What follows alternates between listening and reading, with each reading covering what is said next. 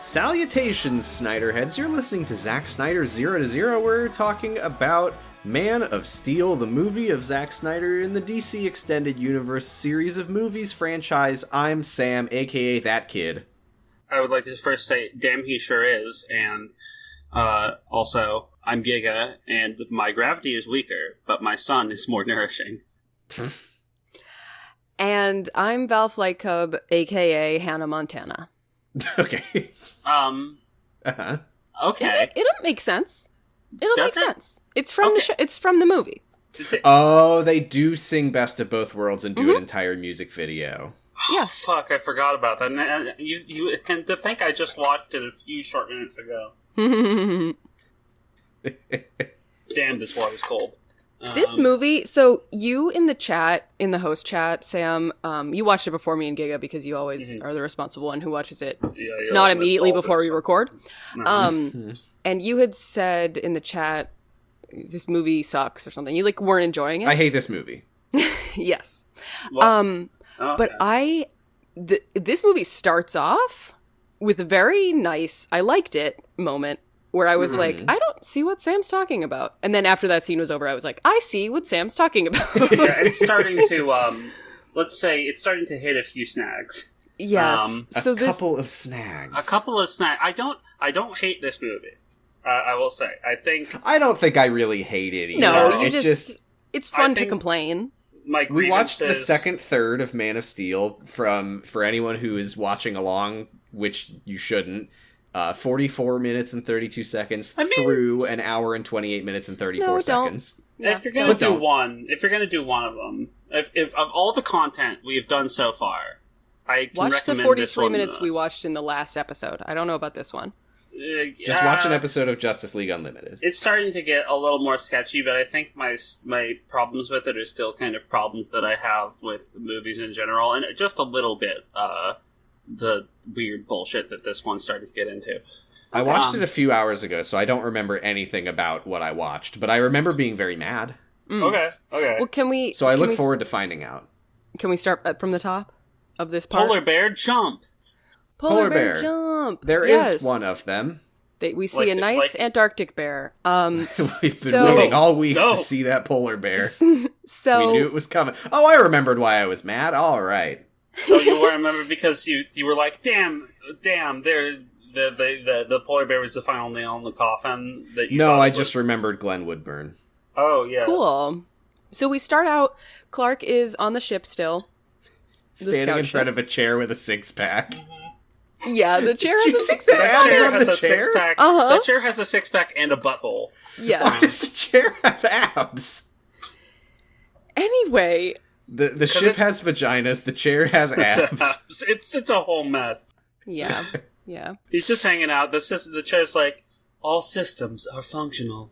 This is where your six-pack would go if you sat here. Yeah, you sat in that chair all weird. Also, surprise, it's your dad. So there's a dad hologram, and... Yeah, Jor-El's here. And Carl? I was trying to say Carl? Kal-El and Clark at the same time, and also trying really hard not to say Kyle, failing miserably. The dad hologram is telling him all about you're my son, and I'm your dad, and my name is Jor-El, and he says hello Cal, so great to see you as a hologram because the ship I uploaded my consciousness into the ship, and his consciousness is in the codex. The codex, but he doesn't say that. He doesn't say the USB cartridge. Yeah, he doesn't say that, which I was very confused on why he was in a 300,000-year-old Kryptonian ship. Yeah. That's not the only thing that I'm confused about it being on this ship. So he says, what? I have all the knowledge, blah, blah, blah. And Sewerman says... Sewerman? And Cal? That's my name? My name is Cal? The fucking face that he makes is so precious and good acting, and I liked it a lot. Yeah, he's sweet. He's a good boy. And then Pa El explains the scout ship.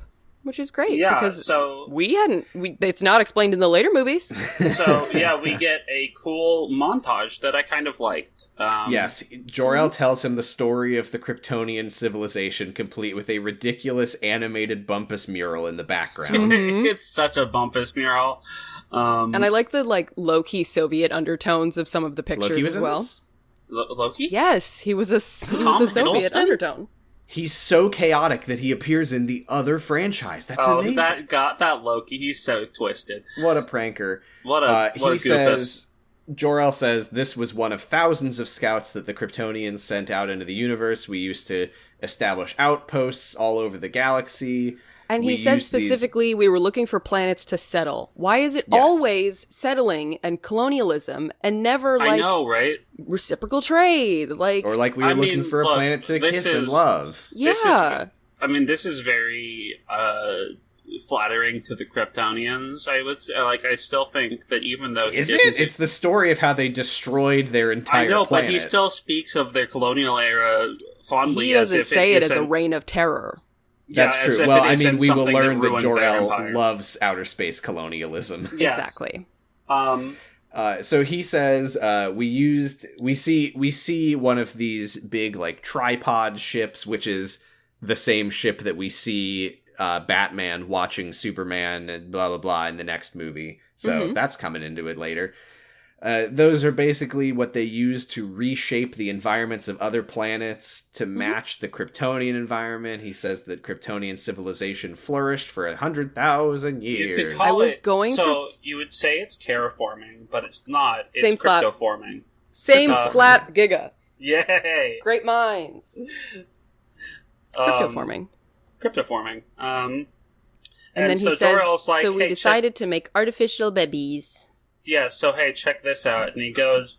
I do like that he gives no explanation for why they did that. Yeah, He's just and then we started making babies in a beanstalk, and it all kind of went downhill from there. I felt like there was a spreading infertility thing, kind of how in The Witcher that there's this kind of slowly increasing degree of infertility among elves. That is a big problem in that world. But I thought that was implied in the first part, but it is less implied now than it was then. And I'm just it was never implied, considering that the beginning of the movie is Jor-El and his wife Laura having sex and making a baby. But a big one, huh? They were in the closet making a baby, and one of the babies came out and looked at me. Looked at me through the door and saw my skeleton. And Zod says that's heresy, not that's never that hasn't happened in a long time. It was just that no one should fuck. Not they very much just decided to start. And that's really stupid. If anyone ever tries to fuck, their turkey leg robot floats out and is like, I don't think you're supposed to be doing with that. A bumpus gun. Right. No, I'm still horny, and it's like, stop. And then it shows them a picture just of keeps the doing that grandparents. until you lose your boner. It shows them a bumpus picture of their grandparents. Zits, old people, grapefruit. So so he explains that basically late Kryptonian society had a caste system in which you were born into a little baby berry. Sometimes you become assigned cop at birth. Yeah, and so you're assigned cop or farmer. That's the problem with Zod. He was assigned cop at birth. Yeah. And he also says, the planet's resources became exhausted. So we melon-balled the core, and look where it got us. Because we took too many things out of it. Because Kryptonians know that if you take what's in a ball out of the ball, you lose all your power. You lose all your power. There was no more. They took the planet's cum. So that killed them. If only they had realized that. Yeah, if only they had extrapolated their own semen retention, their predilections to their extraction of the resources environments. Might be some themes here. So here's where I'm starting to freak out, because I'm like, oh god, it's getting so Randian. Because it's like, everyone has their place in society, and if the nail that sticks out is the one that get pounded down. But what if a baby wanted to stick out? And if society demands uniformity, but that hinders progress, then it's like, what the fuck? It's like, because there's not a huge problem in modern American society with or like a lot of, basically all society with holding up figures as great people and auteur theory and that shit. Like, like, oh no, that isn't like how the we problem. feel about Zack Snyder, yeah. Yeah, the problem is that society is demanding that people who are outstanding get smashed down to be as good as the rest of us, when that is just a fucking rand-ass fantasy. Well, he's not talking about Earth. He is, though. He's talking about Krypton. But Krypton's just speculative Earth. Like, maybe Krypton had that problem. I know that you're joking, but like, people would say that, right? People would be like, oh, but he's talking about Krypton. But the point of Krypton is, like, it's a science fantasy parallel to Earth. It's, okay. So basically, Jor-El... I like how... I did not care for Jor-El in this chunk of the film. Because he's like... I didn't like the way that he's like, our people lost our way because we lost the element of chance and choice. Exactly. And where a child, a child could dream of being something greater than their predetermined role. And you are born to be great. Kal-El, you are our hope. You will be greater. And I'm just watching this and I'm like, huh. That kind of seems like you just did the exact same thing. Does he not seems like he realize doesn't have a choice.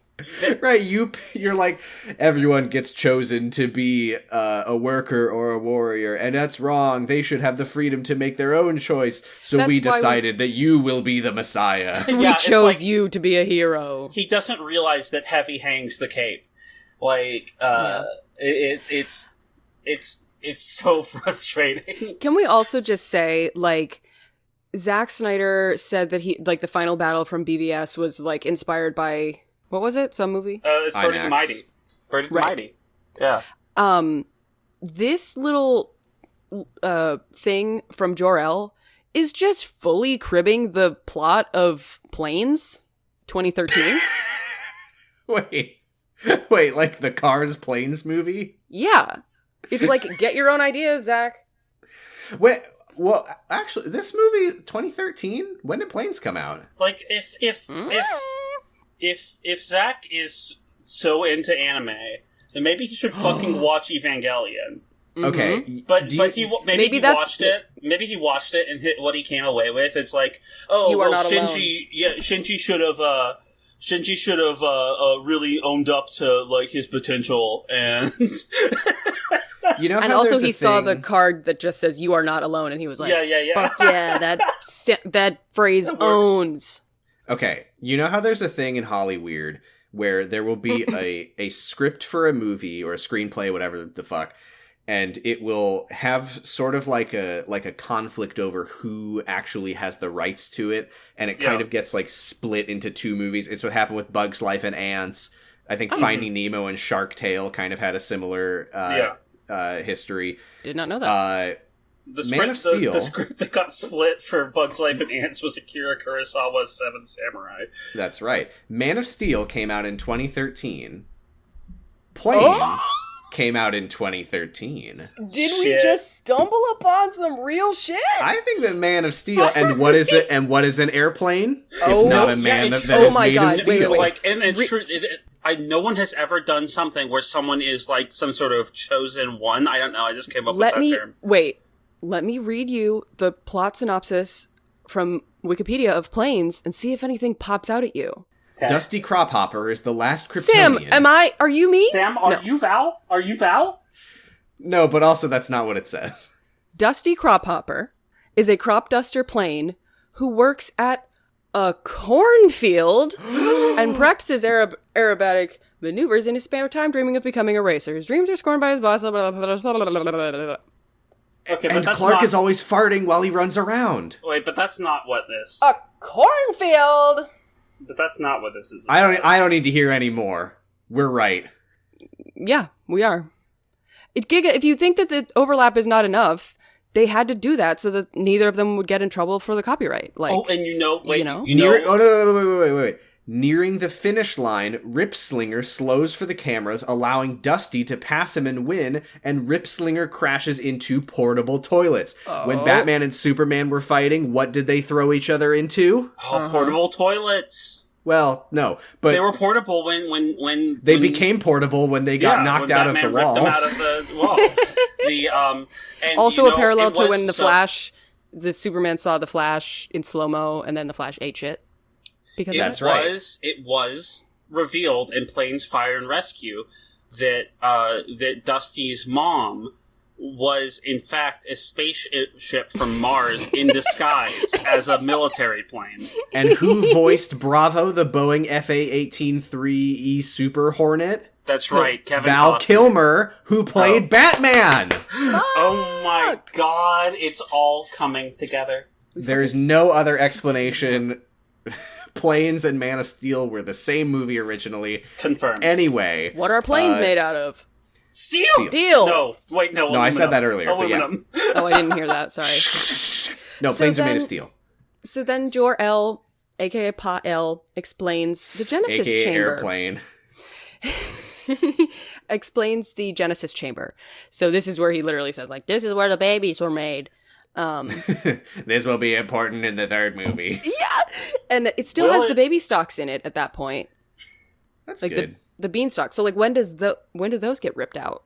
When does someone's going to eat them in the third act. Yeah. Oh, boy. Zod's going to eat them. Yeah, this is all going to get Zod is going to kick his ass, and he's going to be like, I have to regain my strength. I love beans.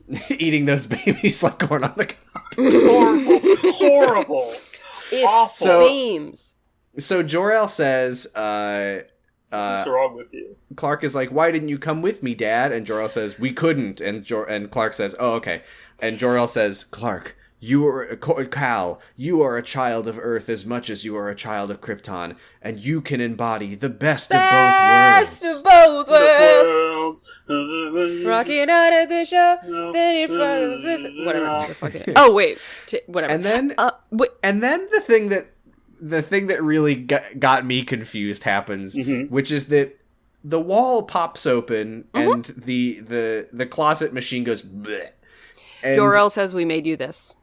And the Superman suit, does he say we made you this? I think so. Well, I wasn't listening. But he's like, I was very we hoped that you would become a Kryptonian I thought that Superman's suit would be that he, like, sees Jor-El and he sees the armor and the sigil and he's like, okay, so my suit will sort of evoke that imagery. I thought that as well. But the Superman suit pops fully formed out of the wall of the ship? Oh, wait. This isn't the ship that they sent him down in? No, this is the Kryptonian scout ship that crash landed on Earth tens of thousands of years ago, apparently already containing a pair of tights with a cape and the sigil of the House of L? No, maybe it was a ship of House L, ancestrally, or maybe that's a fucking weird coincidence, and also you expect me to believe that the House of L is tens of thousands of years old? Yeah, probably. They are long-lived people, and also, is it a stranger coincidence than a Martian living with their boyfriend in the middle of Kansas having a baby crash into their cornfield? You're not going to sway Sam's opinion by saying if you believe in Martha Manhunter, you have to believe in this. Yeah, I super don't. That's the thing. You didn't let me finish. The other thing is that it might have, like, nanofabrication technology in the sense that we established that when Jor-El gets plugged into a ship, he has control of that ship's systems, that he just made it for him. That was going to be my guess. That's the thing, because I was like, well, maybe that's what happened, that he like, made the suit, but if that's the case, why did he not do, like, a design that is familiar to... I mean, the answer to this is that he needs to wear the Superman suit because it's a Superman movie, but there's no compelling reason... Maybe he's been stuck in that stick for 10 years. Maybe that's all he's been thinking about is, like, what would the suit look like? He's invented a whole new type of fashion? Like, he's like, here's this suit for you, son. It looks like nothing we wore on Krypton at all. Wait. That just backs up my other theory, that maybe it's an ancestral ship of House L, because because maybe that's what Kryptonian fashion was like back 300,000 years ago, and that also explains why the sigil is different on the suit than it is on like the pod and stuff. Because maybe but we see the ancient skeletons of dead societies of Kryptonians later, and they're not wearing funny tights with underwear. It's also like if you. Well, they're also burnt out skeletons. What the fuck are you talking about? They have clothes. Be kind of, I don't know. It's weird that he doesn't say anything about it if it's ancient clothes, because like if I was a hologram, like showing my baby son who's finally grown up, like this outfit that I picked out for him, and like. The closet opens up and it's like tights and a tunic and a jester hat, I would be like, so we don't usually wear this. I'm sorry, son. All we have is Motley. Yeah, like... Maybe all they have is Motley. We don't see that part. Because when he puts on the suit, he's immediately outside. We skip forward. Okay, but speaking of skipping forward, I do want to say, we will later hear from Zod that he'll be like, we picked through ancient outposts for weapons and armor, and I would just love it if Zod shows up and they just have, like, slingshots and, like, loincloths. And, like, a big stick. Fred Flintstone onesies with the jagged bottom. Okay, so Jor-El... He's eating a big meat on the bone. Jor-El says, you can guide the people of Earth toward hope. He opens his jacket to show the sigil of a House of El. He says it means hope. He opens the jacket like Superman will pull open his shirt to expose the Superman logo, and it's a visual metaphor. And Clark suits up. He walks out of the ship into the snow, and there's a voiceover from his dad, and he says, Kryptonian biology make you so strong, inflate your raisins into grapes.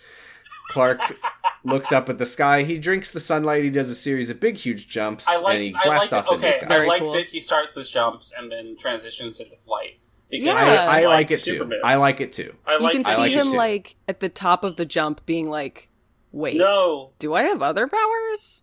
And then like, boom, like push himself into flying instead of first expecting he falls himself down. to fall back down. Yeah, first he does fall down, and goes oof through a mountain. And then I was just sad because he does his first flight, and I was like, "Oh man, that's the last time we're ever going to see him smile in these movies." I know. That he smiled when he was about to fuck Lois. It's the same thing that fucking Cyborg had on his first flight. Is he smiled and he had a big goofy smile, and then yeah. There's a lot of smiling of Superman as he flies and stuff. Yeah, so he lands and he's like, they'll follow you, they'll stumble. The trailer was lines this the like same voiceover that they played in Justice League? Yeah. Mm-hmm. Okay. And then they'll be like, they will be with you in the sun, which I think is a good trailer line. But the funny part is, so not funny yet, but so then I have a diatribe about this. So he jumps. Kind of the whole thing, like what I said earlier. Yeah, go ahead. Let me say one thing about the flying thing. So this scene is really nice. It's like he's got his little suit on. He's licking a big lollipop. Yeah, maybe it is a with his golden curls. It's on a ship, so maybe it's a sailor suit. Maybe that's what the Navy wore. But he's doing these big jumps, and he's learning his skills, whatever. Yahoo! He's pressing A twice or whatever the fuck you do. He does a double jump. I wish he did a triple jump with the wing cap. That would be so good. And as he starts flying, he's like smiling and stuff, and you see him, kind of wobbly and then not. And it's just, this is almost exactly the scene that we got in Justice League with Cyborg. With Cyborg, yeah. Except, it's better. Why would you do this twice? And why would the second time be Cyborg? Both of them is with their dad's voiceover. Yeah. And both of it is really early and basically unearned. Maybe was that like an intentional parallel to be like Cyborg is Superman also? I mean, because God knows that Zack Snyder in the Justice League movie loved to make every character the same character. I mean, it is like it's pretty clearly Cyborg's dad like decides a fate for him and is like, you have to do this now, son. Yeah. But like, it's not a compelling comparison. It's just like, hey, remember how you felt about Superman? You should feel that about Cyborg. Every character is the same character. Yeah, would that be interesting? What was it? What did I want? No.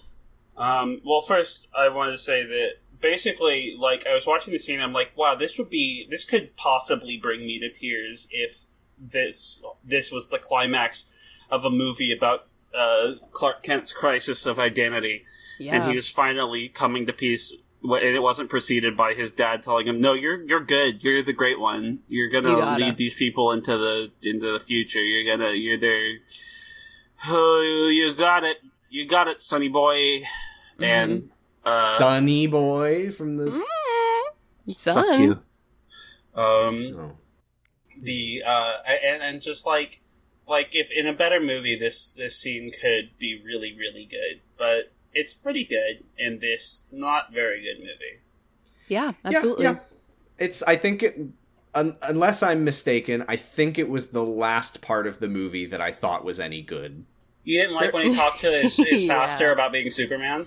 That part is so fucking funny. Oh my god, I can't wait till we get to that part. No, there was one other scene after this that I remember liking. You didn't like when Pa Kent got eaten? Pa Kent broke his leg when two cars had sex on top of him? Okay, so he decides... So Superman, Clark, whatever, Cal, is so excited from his successful flying that he starts flying all over the world. He literally flies to Africa and back. And into the Grand Canyon.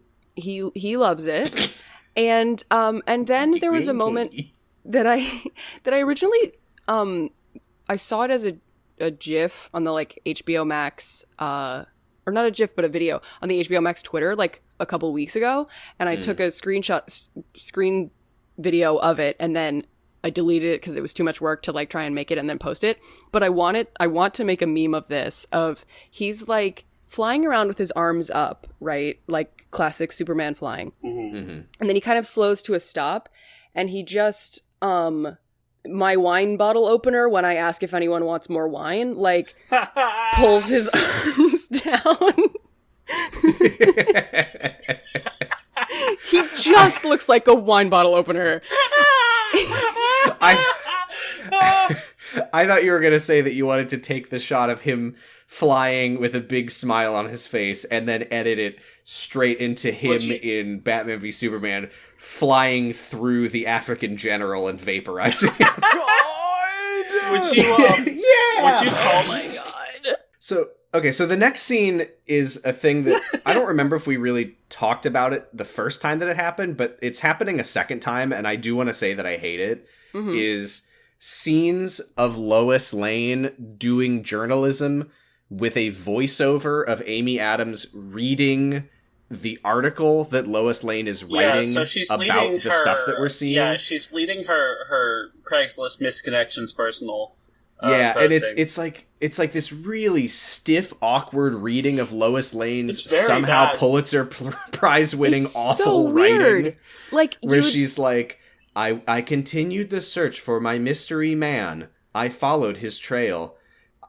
We learn later, I met though, many that people with many opinions. For some, he was a guardian angel. For others, he was a big poopy diaper who never quite fit in. Can we also just say bad? Her opening line to this really sounds like it's going to be clever, and then super doesn't. So she says, "How do you find someone who has spent a lifetime covering his tracks?" And you think it's going to be like, you look for the paw prints in the fucking whatever. She just says, you start with the urban legends that sprung up in his wake. It's like, you just start asking around about him and see if anybody you remembers look for him. Then like, you go to look for him. Great. Ask people about him. I went to an IHOP. Yeah, so she asks at the diner that he worked at, blah, blah, blah, blah, blah. Mm-hmm. She ultimately finds her way to an IHOP to meet with a man named Pete Ross.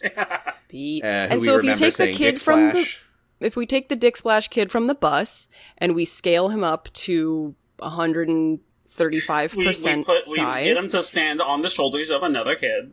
Mm-hmm. And you put glasses on him and he grows out his bangs a little bit. That's him. Yeah, that's him. That's Pete. She's like, are you Pete? Or were you in the earlier scene of the movie? What do you fucking think, lady? Look at my fucking name tag. He's like the manager at the IHOP, and he's like, "Oh, hey, Dick Splash." Table for one. She's like, my name is Lois Lane. I'm a reporter, and he's like, I know a guy who's gonna love that. You got a great name for this kid I used to bully, and I don't anymore. Yeah, his ex Lana Lang. we learned that he stopped bullying him immediately after that. Yeah. Which I thought was heartwarming. Yes. So ultimately, it leads her back to Kent Farm. She meets Martha, who, this is a weird thing that doesn't matter, but I did notice that she was, like, leaving for work wearing, like, a Sears uniform, even though later we will see her, in a diner, like, wearing an apron and working at a diner. Maybe she works 2 jobs. Maybe she had to move. I mean, she lost her secondary source. Well, she lost half of her income, basically. So, maybe she has to work I mean, we see her financially struggling throughout the films. Mm-hmm. So, maybe she works 2 jobs now. And maybe there'll be a theory. A scene later where she gets fired from Sears. I have a theory, because at this point in the movie, from what we've seen, there is no conceivable part of the movie that I can imagine where Clark gets a job at the Daily Planet, unless it's, like, the actual epilogue of the movie that he walks in for an interview. Wait, what the fuck is going to happen there? So I want to believe that the epilogue is going to be Clark walks into the Daily Planet for an interview, and Martha walks into a diner for an interview, and then roll credits, and Neil deGrasse Tyson is there. Really useful. I'd also like to note a nice little detail that they put in there, which is that when Lois comes up to the door, the dog in the house is barking because Martha is usually green when she's just by herself around the house. So the dog is like, why do you look like an old lady? You know what? So maybe that's why she's in the Sears uniform. She was like, fuck, what do I'll just be wearing a polo that says Sears. I don't know. Yeah, Sears is still around. You know what I did think was very funny that I forgot to mention is that the vibe of Martha in this scene was so different from the vibe in any other scene with her, because Lois arrives and the dog starts barking and she's like, quiet, Dusty, and I was like, whoa.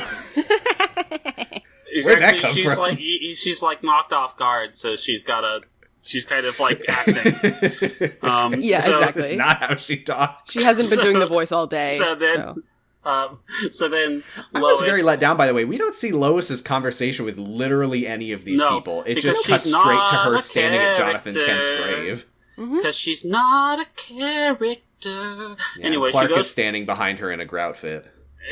He is in a grout fit. What is that? What? I don't know.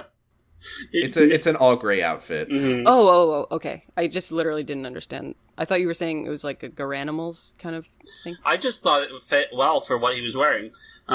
So he's standing there in his grout fit, and then the funniest scene in the movie happens. So she's like, I knew if I was poking around long enough, you would find me. And she turns around, his hat, it's bad. Wait, was that Clark? Looks bad. What? Wait, are you joking? Yes. Okay. It's just a like very Henry Cavill in real life, hat and it's ugly. Just like Henry Cavill in real life, he cannot wear a hat. Yeah. So she basically says like, where are you from? Why are you here? I want to tell your story. He says, I don't want my story told. She says, well, it's only a matter of time before someone finds out about you. The only way you're going to disappear for good is if you stop helping people altogether. At this point, I cranked my volume up on my computer from 10 to 40 because I couldn't fucking hear anything they were saying. Mm-hmm. And then we go to the next scene, and it's... and I was like, shit. It's so volume here. Oh my god, this First scene is of all, so funny. Is Lois, like, intentionally dense? Or, like... Because she's supposed to be this great investigator, but she's like, I finally tracked down this guy that's been hiding forever. Hey, man, you want me to tell everybody your story? Like, clearly not. What? I think she was kind of doing like would you like it to be on your terms or just let it happen how it happens? I guess that makes sense. It's gonna happen eventually, I think is what she was saying. But it was hard to tell because I couldn't fucking hear a word she was saying. And then she's, she says the thing about him not being able to help people. And he's like, my dad always told me I should have killed those kids. And then we get a cool Fuck flashback. them kids, said my dad. Fuck them kids. So everyone's in. So everyone's in the car, and it's Martha and Jonathan and Clark, who's wearing teen clothes. Clark is wearing a big so just so you know, it is full ass grown man. 33-year-old Henry Cavill. 33-year-old Henry Cavill wearing a sailor suit, so you know he's a baby still. He's kicking his legs back and forth off of his car seat. It's so funny though, because he's wearing like a Dexter style teen wig where his hair's like all kind of like messy and he's like Jonas Brothers, like he has more hair. Jonas Brothers. Yeah, and he's just Henry Cavill, but he's talking in like a slightly higher register, so he's like, "Oh, come on, Dad, come on!" And he's like throwing a temper tantrum. I was like, "You did your best, Henry, but come on." I did because we do find out that this is a flashback to the day that Jonathan died, and because we saw his gravestone, we can do the math to learn that Clark is supposed to be 17 in this.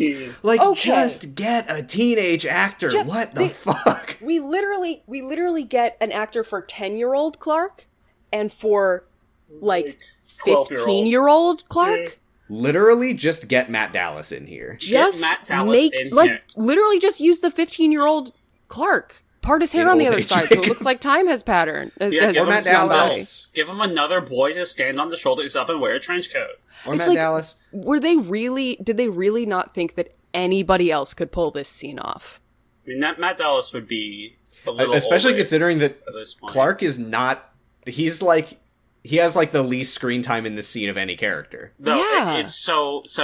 And it would be a lot more impactful, and you'd realize, like, wow, this happened to him, and he was just a kid. This scene sucks ass. The fight that they're in is that Clark is like, I want to do something useful with my life, Dad. And Jonathan's like, oh, you're saying farming's not useful, son? And fair. Clark is like, what do I care what you think? You're not even my real dad. You're just some guy who found me in a field one day. Okay, and so that classic thing we all say to our stepdad. Jonathan Kent is a very bad parent. We learned this more. I don't fucking like him at all. More certain. We learned this more certainly later in this scene when he does something extremely stupid. But so ridiculous. But this is just another example. Like, so Martha's like, Clark, don't say that, and Jonathan's like, nope, no, honey, we're not his parents, but fucking what? I hate this fucking through line of like it's on all media. People believe this shit. People say this shit all the time that your parents have anything to do with who birthed you. What the fuck? Like, if you're a kid who was adopted watching this movie, what are you supposed to think? Yeah, like your parents. The people that raised you aren't your parents. Yeah, the people who are your genetic predecessors are not necessarily your parents. Your parents are the people who raised you, and sometimes those people share genes with you, but not always. I hate to do this. I think that's the point of this scene. It's not, though. No, but this is Clark learning that he was wrong to feel that way, and that he shouldn't have said that. Jonathan says, yes, we're not his parents. John says, yes, we've taken you as far as Earth parents can take you. And then Jonathan dies because God is smiting him for his lies. My specific beef with this is the word parents. It's the parentage means that the parentage is used like balls and ovaries my real parents. People say that all the time. Your real parents. Your real parents are the ones that raised you. Yeah. Okay. Yeah. Well, they didn't raise him. He raised himself thanks to the sun. Oh yeah. So these magical boner pills that he got. Use code 0 for 40% off your boner pills. Go on bluefuck.net. So Clark starts to apologize. Oh, I'm sorry. I'm sorry, Dad. Hold on, Clark. We got a twister on the horizon. Jonathan, this is so funny because Jonathan pulls over. He gets out of the car. And he looks up at the sky, and we just see, it's cloudy, and there's, a little bit of lightning in the cloud. But, 3 seconds later, it's going to be, a 10-mile wide CGI tornado. It turns into a supercell tornado immediately. And, Isn't this how fast tornadoes move? Yeah, tornadoes do form that quickly. Really? That's why they're so dangerous. I take it back. This is a good scene, then. That's why they're so dangerous, because it's impossible to get out of the way by the time you realize they're happening. So Jonathan is yelling. It's just air. So Jonathan is yelling. He's like, "Get to the overpass! Leave the dog!" And he starts helping other bystanders. And there is a woman, and this really bothered me because he stopped. Sam hates women. There is a woman. There is a woman, and this really bothered me. Well, it really bothered me because this is so out of character for Jonathan, because there's a woman and she's like, my little girl is stuck in the car seat. And he's like, I'll help her. No, Jonathan should have pushed her out of the way. Good. Jonathan doesn't believe in helping people. So this is so... Jonathan's like Mayim Bialik, and he's like, your baby seems poorly fit to survive. Jesus Christ. But this genuinely did bother me, because he helps the little girl out of the seat, and then the mom just leaves. Like, she's not like, thank you, thanks for my baby back, take. No, she's just like, oh good, bye. Like, you figure it out. Yeah. You'll get her to safety, bye.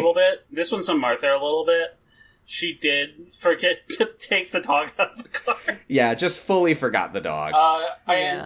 So, I would like to say, so, what happens next is really funny, but also really stupid. So Clark is, like, in the underpath with his mom, and he's like, shit. Sorry, I need to mention on the subject of the woman running away and leaving her daughter with this strange man who helped her. Like, Jonathan runs back. They're like, oh, we left the dog Hank in the car, and Jonathan's like, I'll get him here, and he hands the little girl to Clark, who has no idea where the mom is, and he's just like, you figure it out. He runs back to the car for Hank. Clark runs back to the overpass, and then the girl's mom is there, and she's like, oh, thanks. Oh, thanks, yeah. So, like, she didn't even take her daughter from Jonathan. She's just like, oh, good, she's fine. I gotta get to safety. So, first of all, I want to say... hates her daughter. I want to say, Jonathan, very stupid move. I know it's the heat of decisions, but, like, he's like, I don't want my son's powers to be exposed. Nah, no excuses. This was in slow motion. But also, like... Maybe if he was thinking a bit more, he could have realized, wait, he's also invincible. This is the stupidest fucking thing. So what if he went in and saved the dog, and if he got carried away by the tornado, he would be okay, whereas I will die. Right. He's like, no, son, this dangerous situation that's gonna cause physical harm to whoever's there is not the time to debut your invincibility. The coolest thing and super strength. The coolest thing a Pap can do is traumatize his family for life. By dying. Leave his widow without with like very limited income, so she can't pay her fucking mortgage. That's the thing about this that is so unnecessary, though, is that he sacrifices himself for no fucking reason, because like, yeah, okay, I get what he's thinking, that like, well, we can't let Clark just dive into the tornado to rescue people, because then everyone will see him doing it. But like, you were helping people before the tornado got to them. Why did you send him away? When you went, why can't he also be helping people? Like, if you can help, then he can help. Yeah, like, even if he doesn't need to show off his invincibility, it can, like, he's safer than you. Yeah. It's such a, like, failure of a tragic sacrifice, because I'm like, no. Well, there's literally no reason for this to happen. It becomes extremely funny to me. I couldn't not laugh, because when he gets in the car to save the dog's like, and then he's like, no, get out. And so he gets in the car. A car decides to come over and start having sex with the car. A big gust of wind blows a car onto the car that Jonathan and Hank the dog are in. So Jonathan is like struggling. He opens the door. Hank runs out. He's safe. The car landing on his car crushed his ankle. Like, the car's just going up and down too. They start having sex.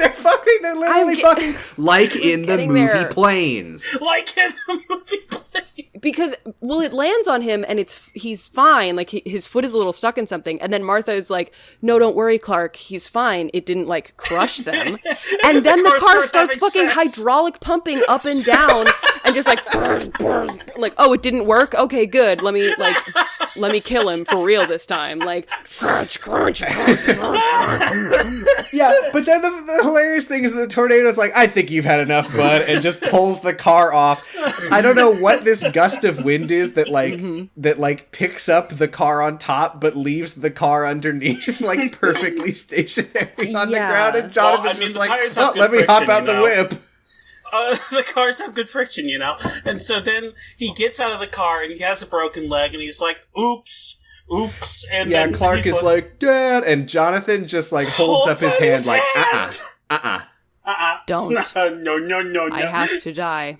And you can visualize it in your head. The music like washes out and it's all slow motion and you hear like a oh sorry, he's 17. No, this part is like fully silent, I thought. There's like a very washed out echoey yell. It's like a very like a high-end filter and a reverb thing. So this would be tragic, except for like the stupid, a very expensive, very expensive high-pass filter. So this would be tragic if it weren't for A, the stupid decision making we've already pointed out, and B, the fact that the thing that he gets subsumed by and killed with is he's standing there. And then all of it, like, he's being like, no, Clark. And then all of a sudden, just the wall of hurricane comes in and fucking eats him. Yeah, he gets eaten by a tornado. He's vaporized. He's like, just completely eaten by a tornado. It's like one of those, like, wipe transitions in a scene, but... Well, which, I mean, the most dangerous thing to people in a tornado, because... things get lifted off the ground during tornadoes, like houses, because houses have roofs which provide a lot of lift that allows them to be scooped up off the ground. People usually don't get scooped up off the ground during tornadoes because we don't have a lot of, like, lift. We don't have sails. Exactly. So, but the danger to people is that there are objects flying through the air at very high speeds. Mm-hmm. And so I can imagine he just getting lacerated by a tornado incredibly painfully. And that's kind of what I want for him. Like, that's good for him. But, like, we don't see him... Like, that's a good look for you, Bestie. He just disappears. You know what I was thinking about? And I'm getting sidetracked here, but I was thinking about the metallurgist working at Kansas University who is handed a giant hunk of a metal that doesn't exist on the periodic table, and he's just like, fuck, that's weird. You can have it back. Yeah, you can have it back. Anyway... That I was just thinking about that earlier and getting mad. We don't know that metallurgist left there alive. The thing about his death that really, like, everything else aside, like, why is he just standing there? Like, he's not even trying. He's standing for so long. It would have been really funny for so long. Like, I want you to see this, son. Well, it'd be really funny if, like, he stands there, and then after a few seconds, he starts getting hit by shit, and he's like, "Oh fuck!" Ow. Right? Like he tries to. The tornado pies him in the face. Like he's trying to. Oh, big man, Kevin Costner. Ooh. So then we kind of go back to the conversation between Clark and Lois, and Clark says, "My dad decided to die." Because it was good for my character development. He said he knew that I needed to wait. And I just did not get that sense from him. I am sorry. It didn't seem like wait until you've figured out your powers and you can really be helpful. It seemed like don't show anyone that you're a freak, son. He said that he should have let the kids die. I want to get eaten by a hurricane. I have a fetish for this. Like, come on, dude. This is always how I've wanted to go, son. I'm getting old. Yeah, he Jonathan doesn't say, like, this will change your life. He says, like, this will change how we think of humanity and... Like, this guy... The Jonathan death scene fucking sucks. I feel like Jonathan Kent wrote some very mediocre science fiction novels when he was, like, in his 20s, and has been kind of burnt out ever since. That's why he wants to fuck a Martian? Yeah. The Jonathan Kent death scene had absolutely no impact except for the car fucking the other car. Mm-hmm. And then Henry... Because a baby car was born. And the impact of the gale force winds shredding Jonathan. The first baby car in centuries. Which is a plot point in the movie Cars. No, it's not. Maybe. It's not. No, it's not.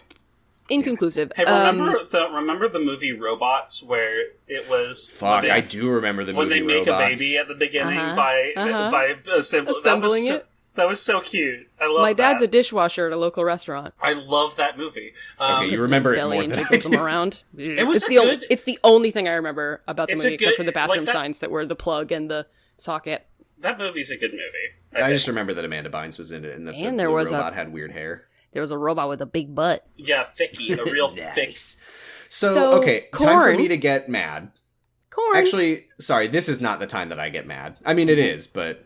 Oh, wait, no, I skipped something. I was too excited for the corn. Lois returns to the office, and everybody is like, hey, Perry's gonna kill you. And she walks into Perry's office, and he's like, hey, the higher-ups want me to fucking sue you for breach of contract because you gave a story to Infowars.com. And she's oh my god, this scene is so funny. And she's like, well, I'm dropping the story anyway. It kind of fizzled out. The leads didn't go anywhere. And he's like, sure they didn't. Yeah. He suspends her for 3 weeks without pay. He tells her that if she does something like this again, she's fired. And as she's turning to leave, he's like, by the way, Lois, I believe that you saw something that you... Yeah, I believe that what you said was true, and I know that you're lying that the leads didn't go anywhere, but whatever the reason is, you're doing the right thing by dropping it, because if people knew there was an alien on Earth, it would be chaos. I like how you almost said Among Us. God. He's mad at Lois for thinking this, and then for writing the story. But I do think that it's true. For not continuing to write the story, but then he accepts it. Perry's the weirdest character.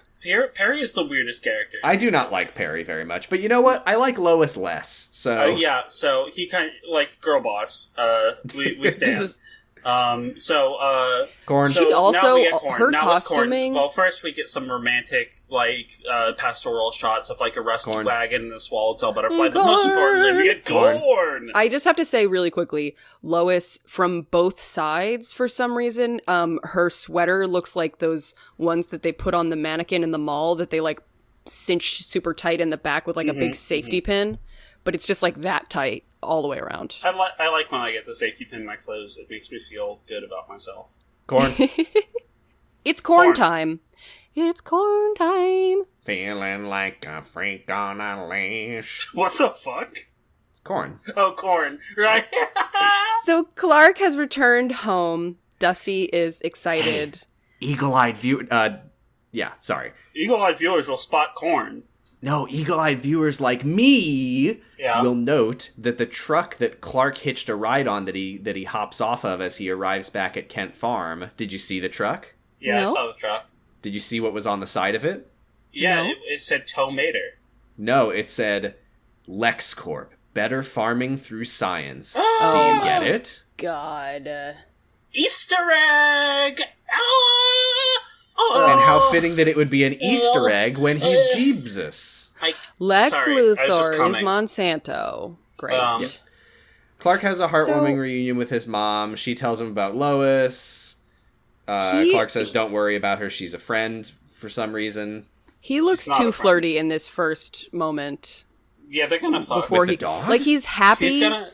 He's happy to tell his mom, like, I found them, but just like Henry Cavill, like, bashful looking down and then like smiling and looking up. It's like, dude, he's gonna, your shirt is way too open for this. Yeah, he does kind of look like he's going for her venerable pussy. Henry Cavill and Diane Lane have more chemistry than Henry Cavill and Amy Adams. They do! Oh, it's too bad! Amy Adams, This is where Clark says, Amy Adams and Jor-El, not my real mom. Amy Adams and Jor-El's ghost have more chemistry than Clark, I will say, Henry Cavill and Amy Adams. They developed a bit more chemistry in the next couple movies, but holy fuck, do they have no chemistry? No, in the next one movie, they don't interact in Justice League.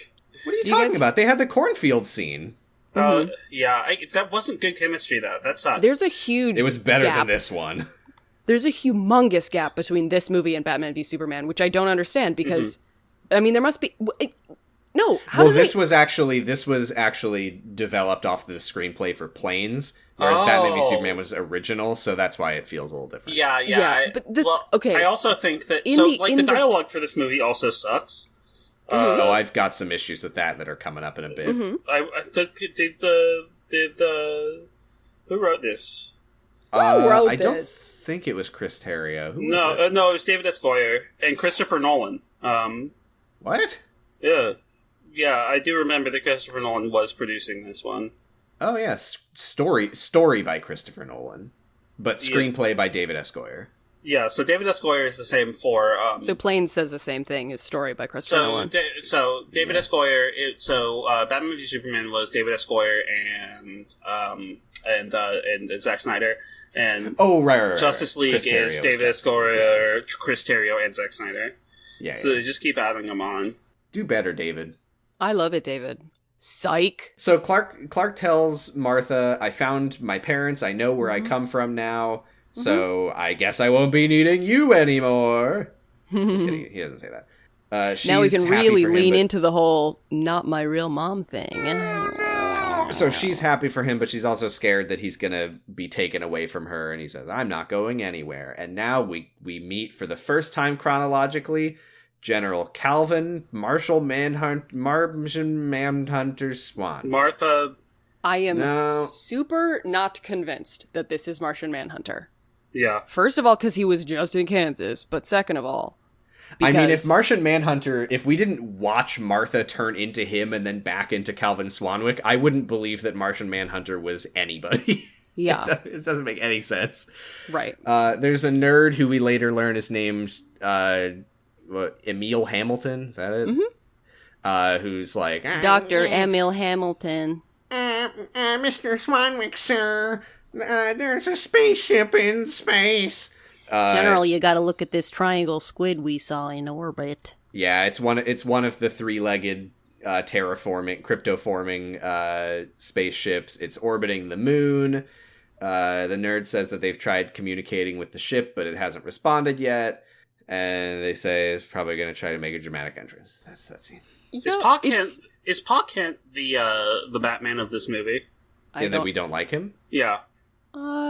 Yeah, I don't like him. And you just kind of would Batman v Superman have been improved if Batman died 2/3 of the way in? Yes. Yeah, and it's if in the Batman v Superman fight, if Superman just fucking snapped his neck and that was it, yeah, that would be better.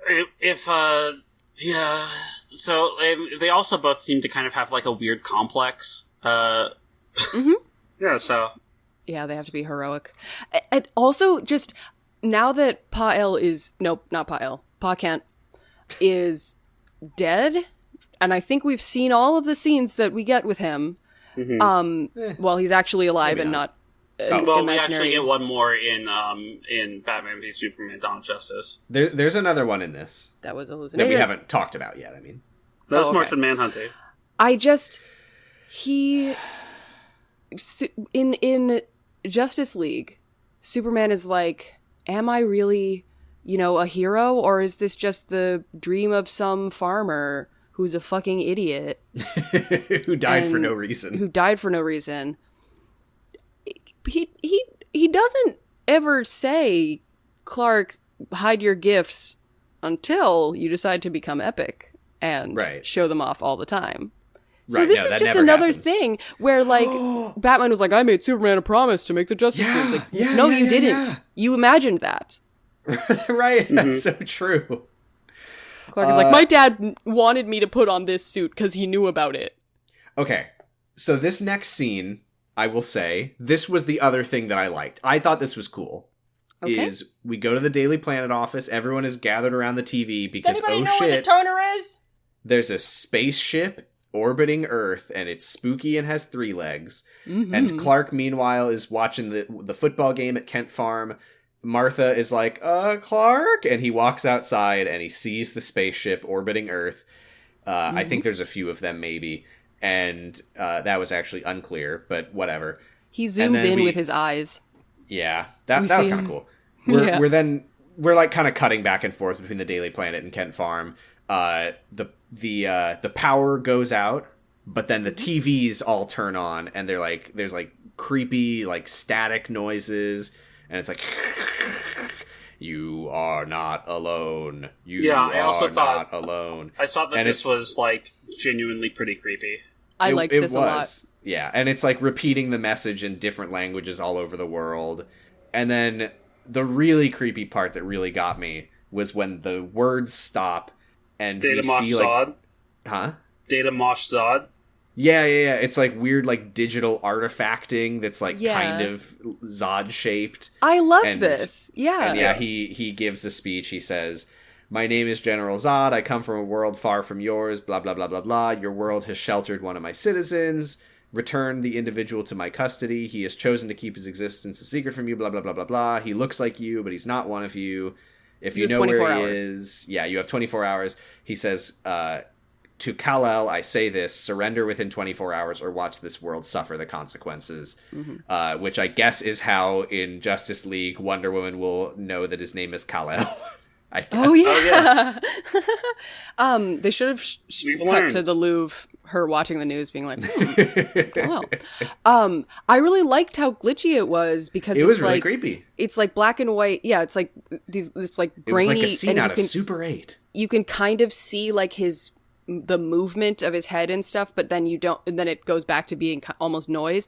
And it makes sense because like the computers that he's used to working with have bumpus displays. Yeah, it's true. It's so not like very it wouldn't translate very well, and it would never so like true. clear up and become black and white. Because when I first saw it, when it was first the like your the You Are Not Alone thing, I was like, free screens. Yeah, I was like, how would he know how to program this? And then it's like, well, he kind of didn't. Like he's doing his best. I don't know. So he's like typing out an email to Earth, but he's like typing one finger at a time. I will say it takes a pretty great deal of effort to interrupt a television signal, but yeah, he does it pretty easily. So all the lights turn back on, and that's it. Mm-hmm. And everyone says, "Wow!" But your phone doesn't bump us. So then, this next scene is the scene that made me really, really, really, really, really, really, really, really, really mad. Oh, so Lois is watching the news, or has the news on in the background, and the news. One of the it's Glenn Greenwald, or whatever his name is. Glenn Woodburn. Green Glenwald. Yes, Jolly Green Glenn. Glimpus Glorgum. So, okay. He says, just give him the boy. Like from Into the Woods. Haven't seen it. Give her just the boy. Give him the boy. In Act 2 of okay. Into the Woods, the giant is like, I will stop stomping on everyone if you give me Jack. And they're all like, we can't sacrifice one of our own. And the witch is like, maybe we should though. I will say, it's like that. I will say, I don't hold it against Glenn for this one. It's an existential threat. And he's like... No, that's not what I don't have a problem with Glenn Woodburn saying the alien should turn himself in to protect everyone on Earth. Here's my issue thing. You had, yeah. He doxes Lois? I need to know. In this universe, Glenn Woodburn is the Alex Jones parallel, okay? Oh, they're putting him on TV. And he published an article about an alien existing. Mm-hmm. And some days or weeks later... an alien came to Earth and said, there is an alien on Earth. Mm-hmm. And this is like if someone like produced some hard evidence that 9/11 was a false flag or whatever. Uh-huh. And then CNN was like, damn, we should get Alex Jones on to talk about the fact that Glenn Woodburn is brought on the news to like do analysis and commentary from the perspective of like, vindicated conspiracy theorist Glenn Woodburn. Like, so, that is fucking disgusting. And also, by the way... Wait, are you saying that they should have had Zod on? What I am saying is that there is literally no reason even to believe that the story that he published on his InfoWars website has anything to do with this. Like, the fact that he's like a fringe conspiracy theorist and a fringe conspiracy theory turned out to be true, and they're like, shit, let's get Alex Jones on the news to talk about his beliefs. Like, right. Like, don't fucking platform this guy. He just published the story on his website. He doesn't know a fucking thing about this. He has nothing to do with this. So he's also on in the BVS, or is it just... No, yeah, it's BVS, where like Neil deGrasse Tyson is saying Among Us and stuff. Right, he was on the panel with Neil deGrasse Tyson. They're like, he coincidentally was right about one thing. Let's get him on TV to talk about Sandy Hook trutherism. I wonder if that means that we misinterpreted what kind of blog he has. Like, maybe it's just... I don't know. Lois calls it like a cancer or something. She said it was like a cancer against truth. Yeah. I don't know. This guy's not credible. The fact that he ran a story that turned out to be true, that they don't even know that what he wrote about was the same thing. Mm-hmm. It doesn't mean that he should have a fucking platform. CNN saw Zod's broadcast and said, "Where is Ja Rule?" Yeah, where is Ja Rule on this one? It turns out that they are turning the frogs gay, so let's see what Alex Jones has to say about everything. Everything. Well, it's if they asked him about just gay frogs. No, I don't want Alex Jones talking about me in context. Man, they should have had Ja Rule on Alex Jones.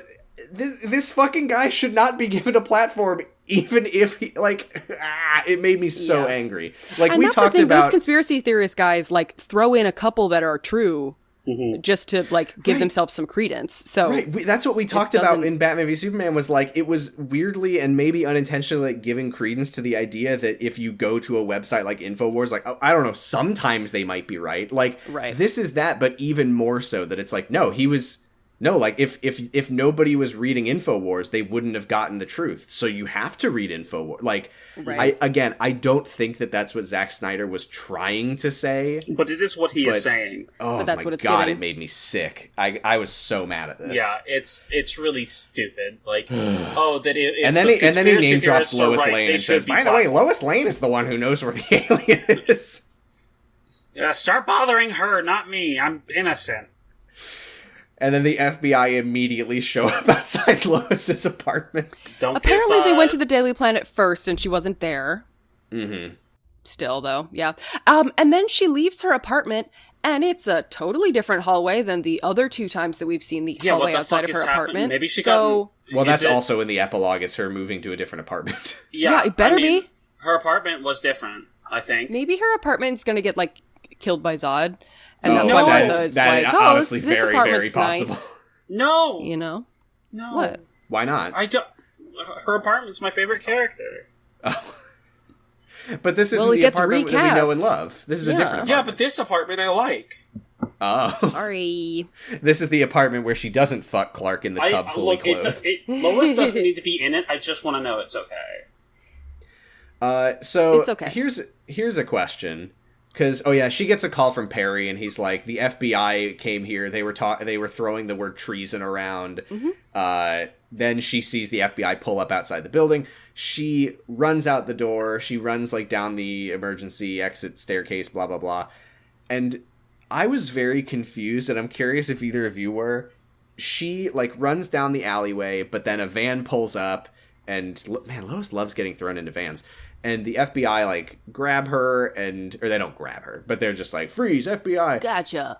And a guy, leans forward out of the van, and we get, a long shot of his face, mm-hmm. Zooming in on him, and I was like, wait, am I supposed to know who this is? And then yes.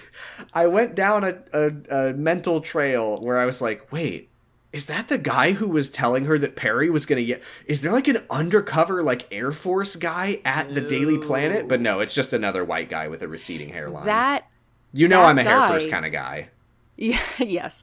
He's, first of all, Elliot Stabler in Law & Order SVU. But yes, Christopher second of all, Maloney. In the Arctic, when he's he's the guy that's Miss Lane, we weren't expecting you until tomorrow. So now... I totally did not realize that. Yeah. You know what? Yes. Maybe so they're maybe that's something that if I watched the movie in one sitting, that would not have gone over my head. It's him being I caught up to Remember you. Me? Thought you were so smart learning about our secret shit, but nope. I wish they had a line where she's like, you're the guy from the Arctic. And then I'd be like, oh, okay. Yeah, Sam is the stupid person that they make the movies for. I don't fucking know. I've heard the name Christopher Maloney. I don't know who the fuck he is. They should have projected a little image of Superman. He's that guy. Sam looks like that. That's him. Oh, from Man of Steel? Yeah. Mm-hmm. The guy in the van? Yeah. Oh my God, that's where I know him from. The scene that he's in. So and then now we cut to a church. It's time for us to learn why we couldn't use the actor who plays 14-year-old Clark in the 17-year-old Clark version. Why did he die? No, this is when he gets bullied.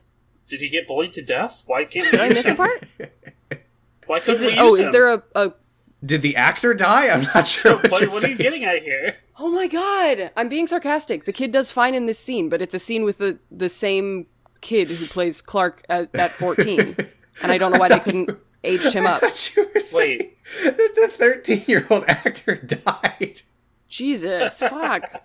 Why did you think that? Oh, like Bus Clark. Okay. Was I that bad at explaining it? I'm sorry. No, I'm that bad at understanding anything. We're really stupid. We see Clark getting bullied as a 14-year-old. I did feel kind of bad because this is another scene where Clark like has a thought and then flashes back about it. I did feel kind of bad when he walks into the church that the priest is mopping the floor. I'm like, man. Oh yeah, that was God should do that. I mean, that's what you get for believing in God. I think you are supposed to do that though when you're like a priest and a nun and stuff. You're supposed to do all the chores and. Yeah. Clark walks in and he says, "Hi, are you still open? I wanted to do some symbolism." And he says, "Always open, son." I know you're Superman, son. Yes. Anyway, flashback time. This flashback is fucking bizarre. I did not understand anything that was happening here. They very much told those kids to ad-lib.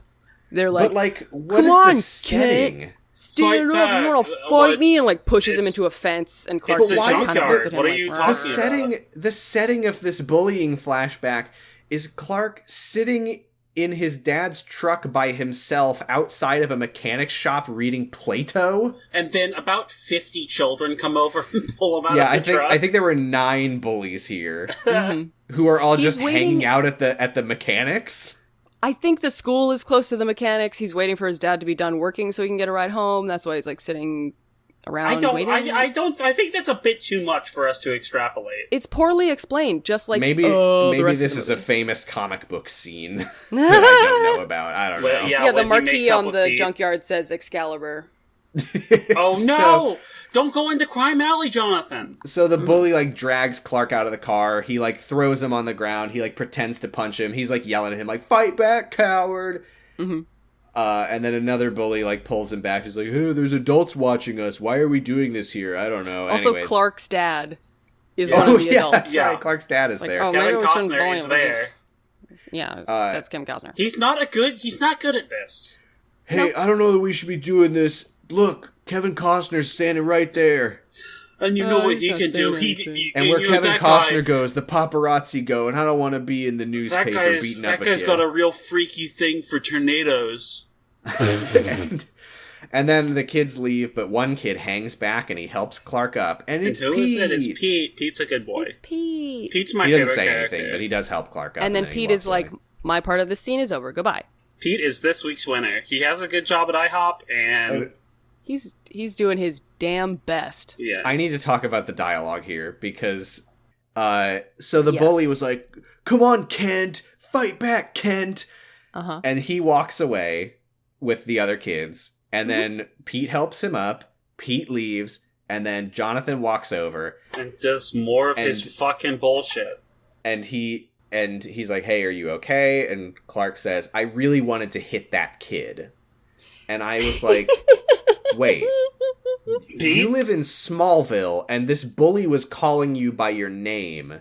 Why would you not say his name? Like, surely you have, like, an ongoing bullying relationship. I know the answer. Maybe Pa Kent doesn't know. No, I have the answer. Oh my god, what the fuck? I think it's because Pa Kent doesn't know who that kid is. No, I have the answer. What's the answer? I looked it up online. I looked it up online. What? Okay. What?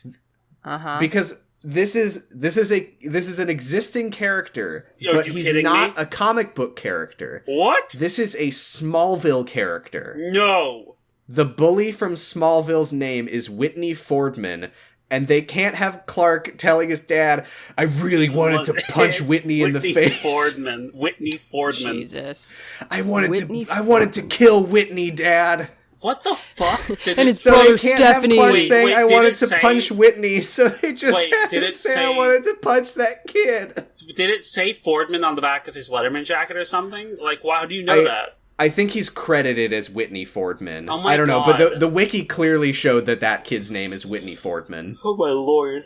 Yeah, so I guess the fact that his name is Whitney, they couldn't have Clark say, "I wanted to hit Whitney."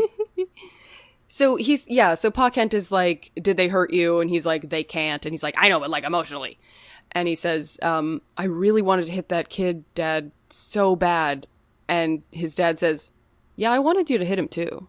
I wanted to hit that kid. Why didn't you drown that kid? You know I want kids to die. Yeah. Oh, also, fun... The vill is too big. Then make it smaller. Fun little detail when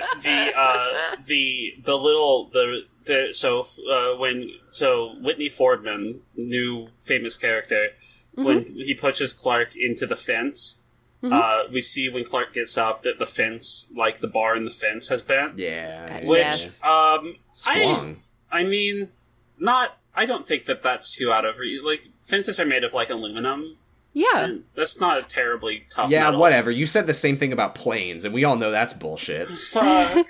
I also interpreted that as him, like, not wanting to punch him, so he squeezed the fence pole instead. Mm-hmm. So I just want to get this on the record, Giga. Are you saying that if you went over to a metal fence, that you could squeeze the big metal bar? No, see, I thought it was from him falling down on it. No. It was from him squeezing it, like, to resist the urge to punch. Okay, Whitney. I do not think that I could squeeze a metal fence post. Maybe this is why Kryptonians are so into, I'm saying it again, semen retention, is if they try to jerk off, they squeeze too hard. They crush their it's dick. It's like breaking a tube of toothpaste. You ever break a tube of toothpaste because you squeeze it too hard? I don't like that. No, I don't want to hear about that. Anyway. Maybe you're Kryptonian. So then... Jonathan then says, Clark, you're going to have to decide what kind of man you want to grow up to be, because you're going to change the world for better or for worse. And again... He's not saying, I want you to change the world for better. He's just like, you're going to make a big splash, and it's frankly up to you if you want to kill all the kids. Yes. He's like, you know which way I'm leaning, son. And it also just, like, he's not saying it in a way that implies, like, one day you're going to make a decision. I mean, he's literally saying that, but, like, it doesn't sound like he's saying, wait to reveal your powers. It kind of makes it seem like he's saying, your powers are going to come out accidentally. You should hold off on revealing them as long as possible. Right, so it's up to you if that first big punch is on your bully or just another kid who also doesn't deserve to die. So now we're back to the church. Clark goes from talking to his father to talking to the father. The father. And Clark, so Clark is the son. Oh my god. The beginning part of this conversation is so fucking funny. But here, let me just take a seat right here. No, I got it, Sam. Right here. I'm more. So Clark is sitting, and just barely out of focus in the background is not just. So he's having a crisis of faith about whether he should sacrifice himself to save mankind, and so you would think, like, if there was a Jesus in the background or maybe a cross, that would be like symbolic parody. But that's not just it. It is specifically a stained glass panel of Jesus in the Garden of Gethsemane, where he is praying to his Father and asking, why must I sacrifice myself to save mankind? Oh, now I get it. Oh my god. And also, can we also just say that this scene begins with the priest going over to him and being like, is there anything I can help you, what are you grappling with, my son? And he goes, Father, I'm an alien. I'm an alien. And the priest is like, oh. Oh, shit. Well, okay. I'm gonna go get my mentioned shitting pants on. The priest is listening to the radio, and they're talking about the Kal-El alien situation. And Clark just he's like, walks the in, alien they're looking for is me. Just and like points at the radio, and he's like, I'm that one. I don't know why there wasn't like why it wasn't a comedic moment, because it was really fucking funny. The pastor just being like, oh, it can't be a comedic moment because it needs to be a Christ allegory moment. I know, but it's and so that needs funny. to be taken seriously. But then, yes, he's wondering if he should sacrifice himself for the entire Earth's sins, Jesus is in the background. Did we talk on any previous episode? I don't remember, about the fact that Superman dies and is resurrected at the same timestamp from movie to movie. What? What? Oh, did we not talk about this? What? Oh my god. Okay, I need to pull this up. Okay. What? That's really funny because it's only like halfway through Justice League. Okay. So Superman dies at 2 hours, 38 minutes, 57 seconds, and he is resurrected in Zack Snyder's Justice League at 2 hours, 38 minutes, 57 seconds. Now... What? Well... Why, Zach? Well... Why? Now, 238, John 11:238, Bible verse describes the resurrection of Lazarus. Is that why the movie is so long? Did we have to watch the fucking Age of Heroes battle so that it would get up to 238? Did you really? Were you holding this back for us this whole time? Sam! I thought that we talked about it already. No! To be clear, I learned about that. I think between movies. Oh my god! And I couldn't remember if I brought it up already or not. Oh my god!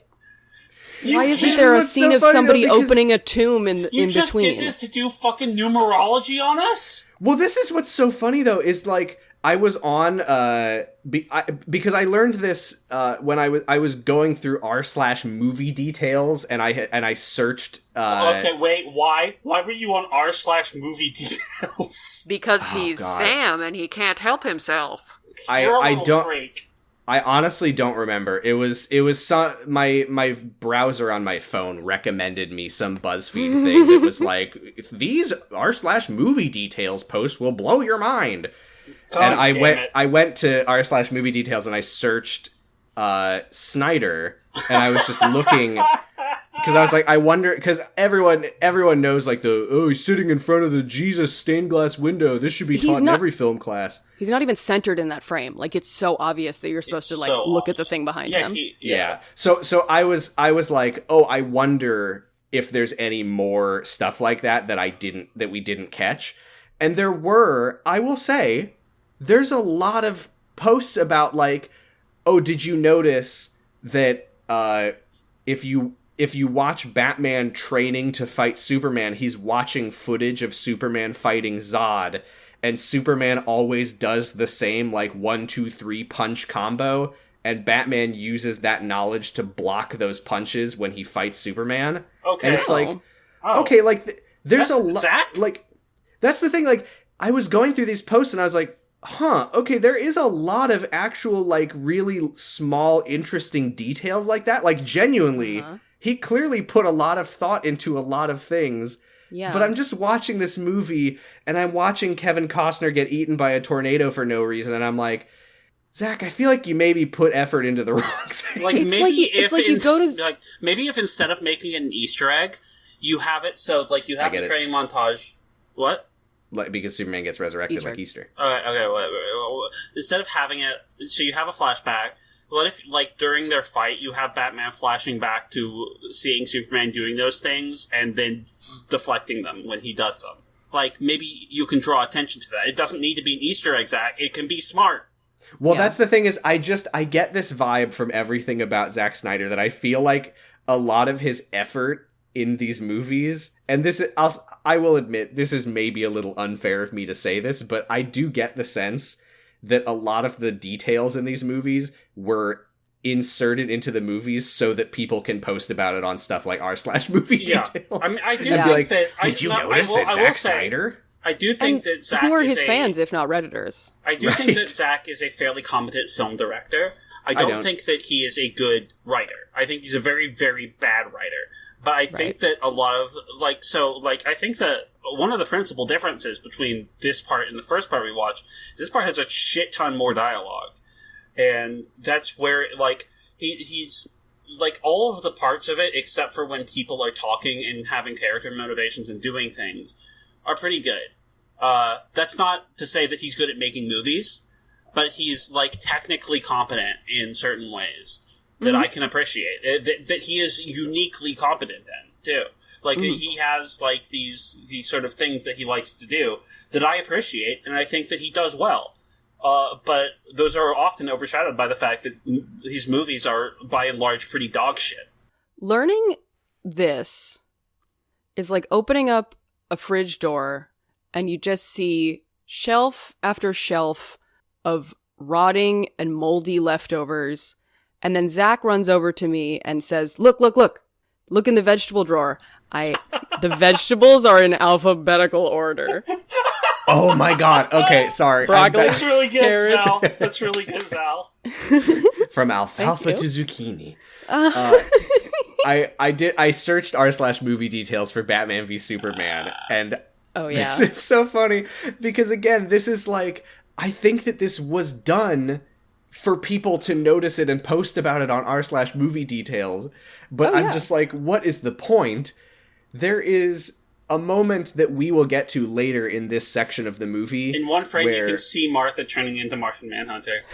Where Superman... Do you remember the scene that we will get to in a bit where Superman has like a sort of psychic vision dream thing where he is like in a pit of skulls and he gets sucked down into the pit? Yeah, he has his nightmare, yeah. Yes. Remember in Batman v Superman when everyone has the fucking skull face paint on Dia de los Muertos? And he sinks into it! Oh my god! Wait, what is the point, Is that a parallel? Is that to a parallel? what end, Zachary? Yeah, to what end? What does that mean? Maybe that's why he has that confused face, because he's like, "Oh, this is what I This is killed just like Zod that. to do." That's my like, prophetic. what is it? What does it mean? What does it add?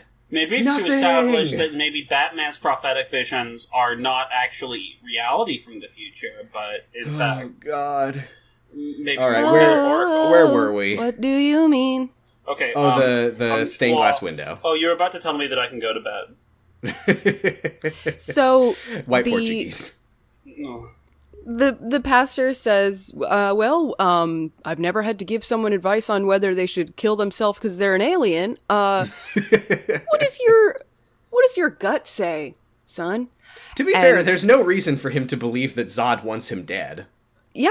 Oh, I have a lot of thoughts about this. But so Superman says, well, I don't think I can trust Zod, but honestly, I don't know if I can trust any of you bitches either. It's and more like if God away. reached down to Jesus and was like, son, do you want to come live with me in heaven? That's what happens in the Garden of Gethsemane. What are you talking about?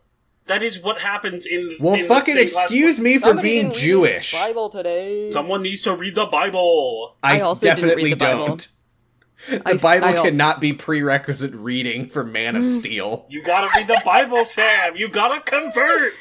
Oh my god, like, you Is that why you wanted to do this podcast? Because I want to convert you to Christianity so you can go to heaven. Oh my god. Yes! Well, you have to work on the I will make Christianity and his misogyny, so it's like, it's a huge project to get Sam into heaven. I mean, I will force you to witness Who Wants to Be a Superhero, and then you will witness to me. Yeah, you have seen Sam become more misogynist as this podcast goes on. That's not true. And so, I'm rubbing off on him so he can get into heaven, because you have to They wouldn't let you do that on Krypton. They wouldn't let you, they won't let you into heven unless you fucking hate women. No. Hey, you can rub up on anything, just don't fertilize. Right. So Sam, can we prevail upon you to do one small thing? Because dread to think what it might be. Read the Bible. Superman says, I don't know if I can trust Zod or any of the people here. I gotta go. He leaves. He turns to leave, and then the priest says, well, sometimes you have to take a leap of faith. Okay, I literally have in my notes, I am not editing the Assassin's Creed sound effect in. That's it. Different podcast. Church Clark. The rules do not apply to this. Wait, Giga. Read her Bible. Giga, will you do the sound while I say it? Yeah. Or will you say it and I'll do the sound? Oh, yeah, a leap of faith. Okay, there we go. Sam, you have to didn't work. that It's audio supposed to be the same time. I'll sync them up. I'll do that for you. No, you have to put the sound effect in. I absolutely don't. It's a different podcast. It's the same podcast. You recorded on the same day. You don't have I will to reference do Kyle anything XY running jokes on this podcast, but I will not reference Kyle XY running jokes on this podcast. Okay. What's the difference? Anyway, then we get some porno shots of a lot of guns and tanks, and we're all just cheering and fist pumping for the U.S. Army. So yeah, the army is already the military is already What's your superpower? Tax dollars. So yeah, they're in Death Valley for some reason. Why are they in Death Valley? Like, you gotta go in the middle of the desert if you're gonna see some where they're like, aliens. okay, hey Zod, where do you want to meet? I don't know. What's the lowest point? What's the most ominously named place? What's the lowest point in your favorite country? Yeah, do you have any helipads that are like 2 miles wide? My ship's kind of huge. Yeah, what's really flat? So Superman. What if that was their like petty way of being like, look, if he's gonna come down from space, at least we can make him go as close to sea level as possible. We're gonna make him go the extra mile. Yeah, you can meet us in Florida. Fuck you. It's gonna be hot. So Clark has put on his Superman suit, which when I first saw it, I was like, this is stupid. Why is he wearing a Superman suit? He could just wear clothes. But then I remembered it's his Kryptonian clothing. So like if he's going to go meet with a Kryptonian, he might as well wear his one outfit that he knows they'll wear. Can you imagine though? Let's just extrapolate this to a parallel scenario, okay? Suppose that we here on Earth, we sent a child to Mars to live with the Martians, and he finds out that he's from Earth, and he puts on his human clothes, and he comes back to Earth, and he's just wearing a jester costume, and he's like, "Hello, I'm Earthling boy." Like, oh god! They're like, Zod is just like, "What are you wearing? What is this?" What if I'm sorry, are you on like the set of a period drama? Like, what is this, Kal-El? Did someone prank you? It's like in the Futurama episode where they go back to the 2000s, but they go back to like 1950, so they're wearing like 1980s clothes and being like, "What's up, home slice?" And like they also have like, oh my god, so funny, so good. Yes, he puts on his jester hat and he goes to meet. Forsooth, Governor. I also, this is as good of a time as any to mention. So we know that Kal-El gets his energy from the sun, and that he's really powerful because he spent so much time here on Earth absorbing its radiation. Now, assumedly, he's not going outside of the Earth atmosphere to absorb all of that radiation. So if the sun is so good for him, why is his costume just covering him from neck to wrist to ankle? Right, why doesn't he, like Quiet from Metal Gear Solid, have his entire body out, and why aren't his titties we will feel ashamed of our words and deeds when we learn that? Yes. But again, I don't think he should be wearing. I think he absorbs the like penetrating radiation, not the light. Oh, okay. Yeah. No, does the penetrating radiation not like no does like the penetrating if you radiation get go through subjected clothes? to gamma rays, it doesn't matter how many clothes you're wearing; it goes through them. No, you can get X-rays on that one. So they don't make you take your clothes off when you get an X-ray. Okay, but when I get an X-ray, it matters how much clothes I'm wearing because the X-ray tech at my local hospital is really cute. So, so you just like they're like I really like to thought it up before I get there. I'm like, yeah, they're like, hey, they're like, you don't need to, and you're like, I want it. Yeah, they're like, you have to put. I didn't ask for a urine sample. Okay. Oops, haha. But here's my But I do think point. that he should have a scrotal window. Yeah, here's my point. I think that he should wear a banana hammock just because he wants to. Mm-hmm. That's also a great option. He doesn't get cold. Well, you know what? We'll Zod meets up with him and he's like, Kal-El, it's okay. You don't know our customs, but why can't I see your balls right now? So let's pop that bad boy open. We should compromise with him, and he'll wear the banana hammock and the cape. That's good. And then he could get a chest piece of the sigil of L so that he's always wearing it. Even when he's on spring break. So sadly, we do need to talk about Superman and his hot chemistry with Lois Lane. Oh my god. Could he also be wearing a ball gag? Yeah, sure. Just for why not? Fun. Okay. What the heck? Yeah. Pop one in there. So he floats down, and the army is there, and Swanwick says hello, and he says, I'm here to talk to Lois Lane. I will surrender. He does like a robot voice. He's like, I would like to speak to Lois Lane. Yeah, that's the Superman I remember. Like, why? But I will say there's some stuff that I like coming up. Yeah. Oh, totally. A lot of the Superman stuff is great. I like when he's the flexing. Superman and Lois stuff? I don't like the Lois stuff. I like when he's flexing, though. I like when he's... we'll get there. This movie... Why is there so much fucking movie? they take him to the most sterile room ever to talk to Lois. And it's him sitting on one side of the table with handcuffs on and her on the other side.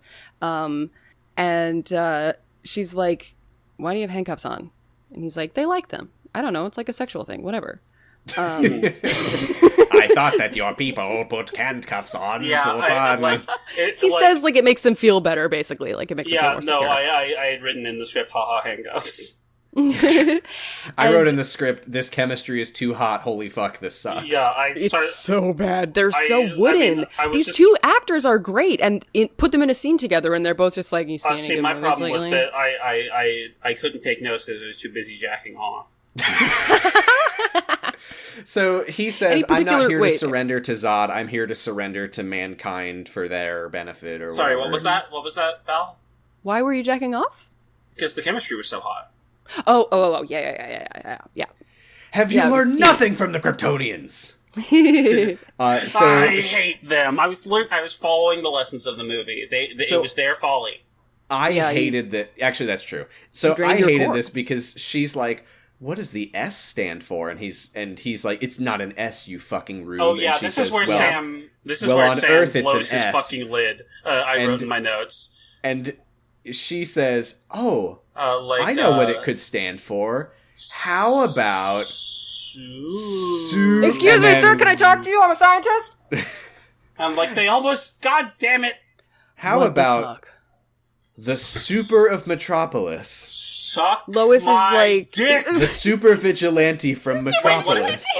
What if she goes back in... What if she's like, suck mine. Because she's going back into hardball mode. Wait. How about soup enjoyer? They're always calling him, like, him. Yeah, the alien. Well, yeah,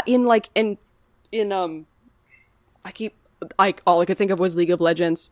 What? Justice League. In Justice League, they call him, like, him. Mm-hmm. Yeah. And they don't say his name ever. They can't the only time he's ever referred to as Superman is that, like, title card where it's like, mankind meets the Superman. Do you think they're never going to say it? Yes. I don't know. I don't think they're ever going to say it. That is so stupid. Maybe they'll say it. They never say Batman. They will never say Superman. You know, they'll say it in the Suicide Squad because that movie doesn't take itself seriously. He's the soup. They'll call him Superman, I think, in the Suicide Squad. They'll call him Joel McHale the soup. Maybe they'll call him Superman in Wonder Woman. So the nerd is here. Yeah, I mean, I think it should be his name. I don't know why it's like, oops, we almost said it. It's not like his name is Granny Goodness. It's too cringe and it needs to be serious. So the nerd what from does earlier is Kal-El here. mean? Nothing.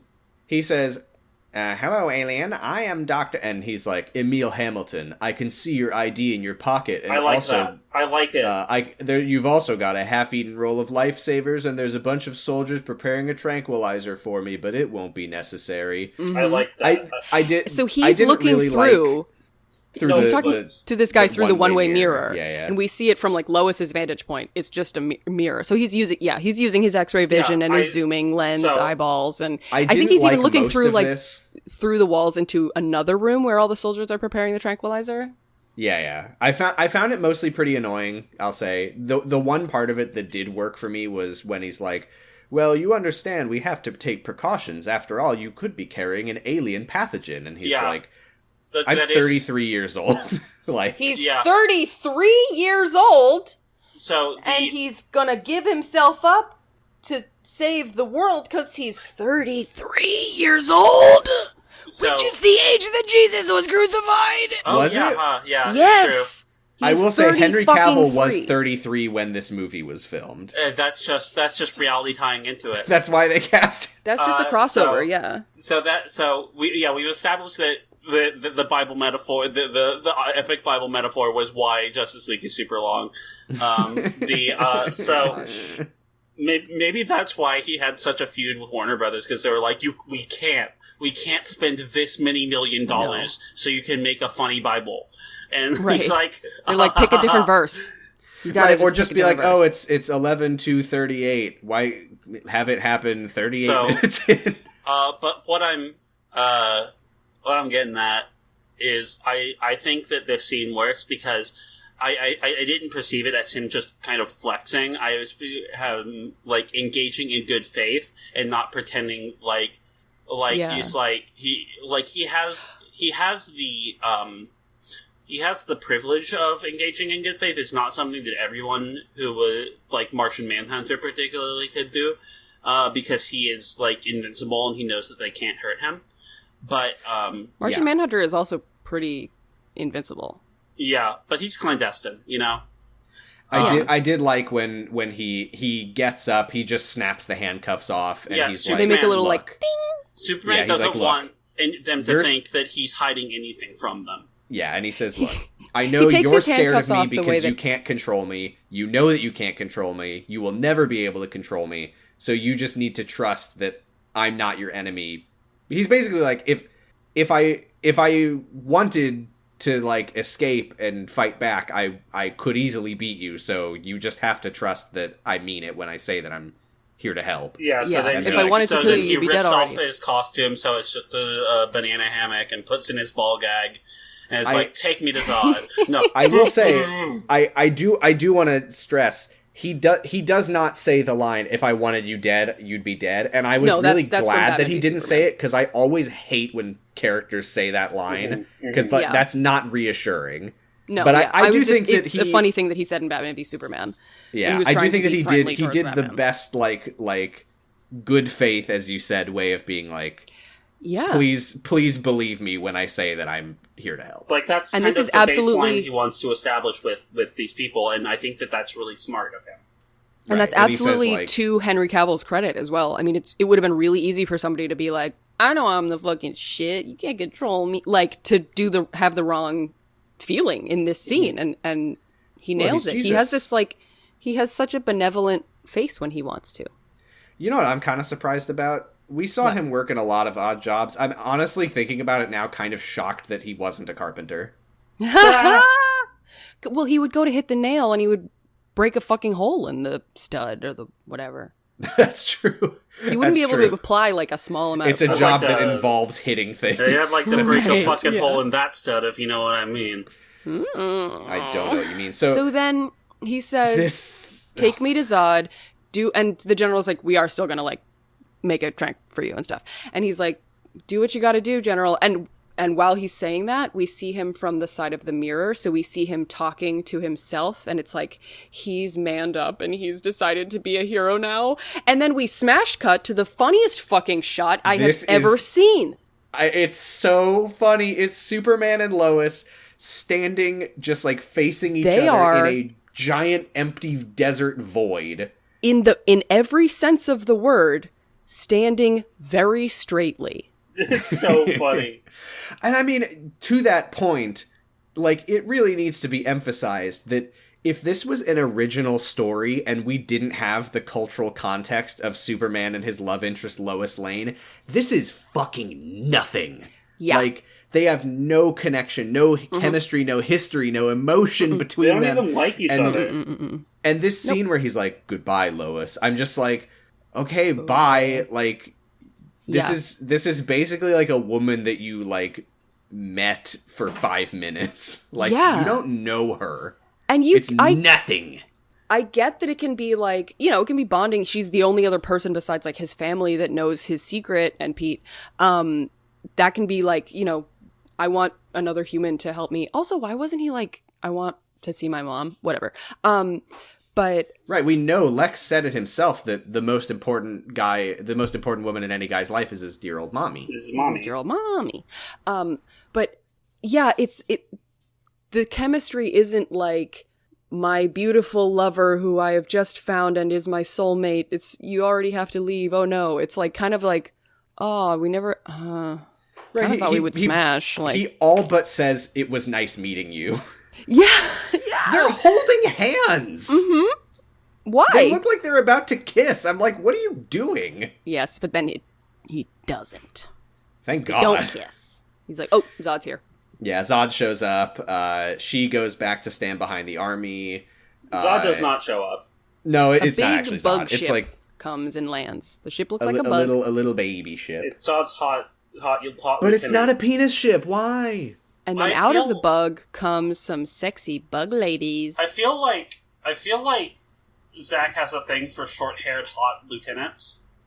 Mm-hmm. I don't know. Well, who else has that? Lex Luthor and Darkseid, because he's Granny Goodness. Mm-hmm. Okay, yeah, Dark fair. Side. Also, I think he would be the kind of director who would be like, this woman's in the military. She's a badass. Of course her hair is short. But she's still a sexy fucking biddy. Yeah. Well, I don't know if you noticed, when Swanwick is at, like, NORAD HQ or whatever, there's this one woman who has short hair, and we will see her again in Batman v Superman. She's just kind of nervous looking, though. Yeah, that's true.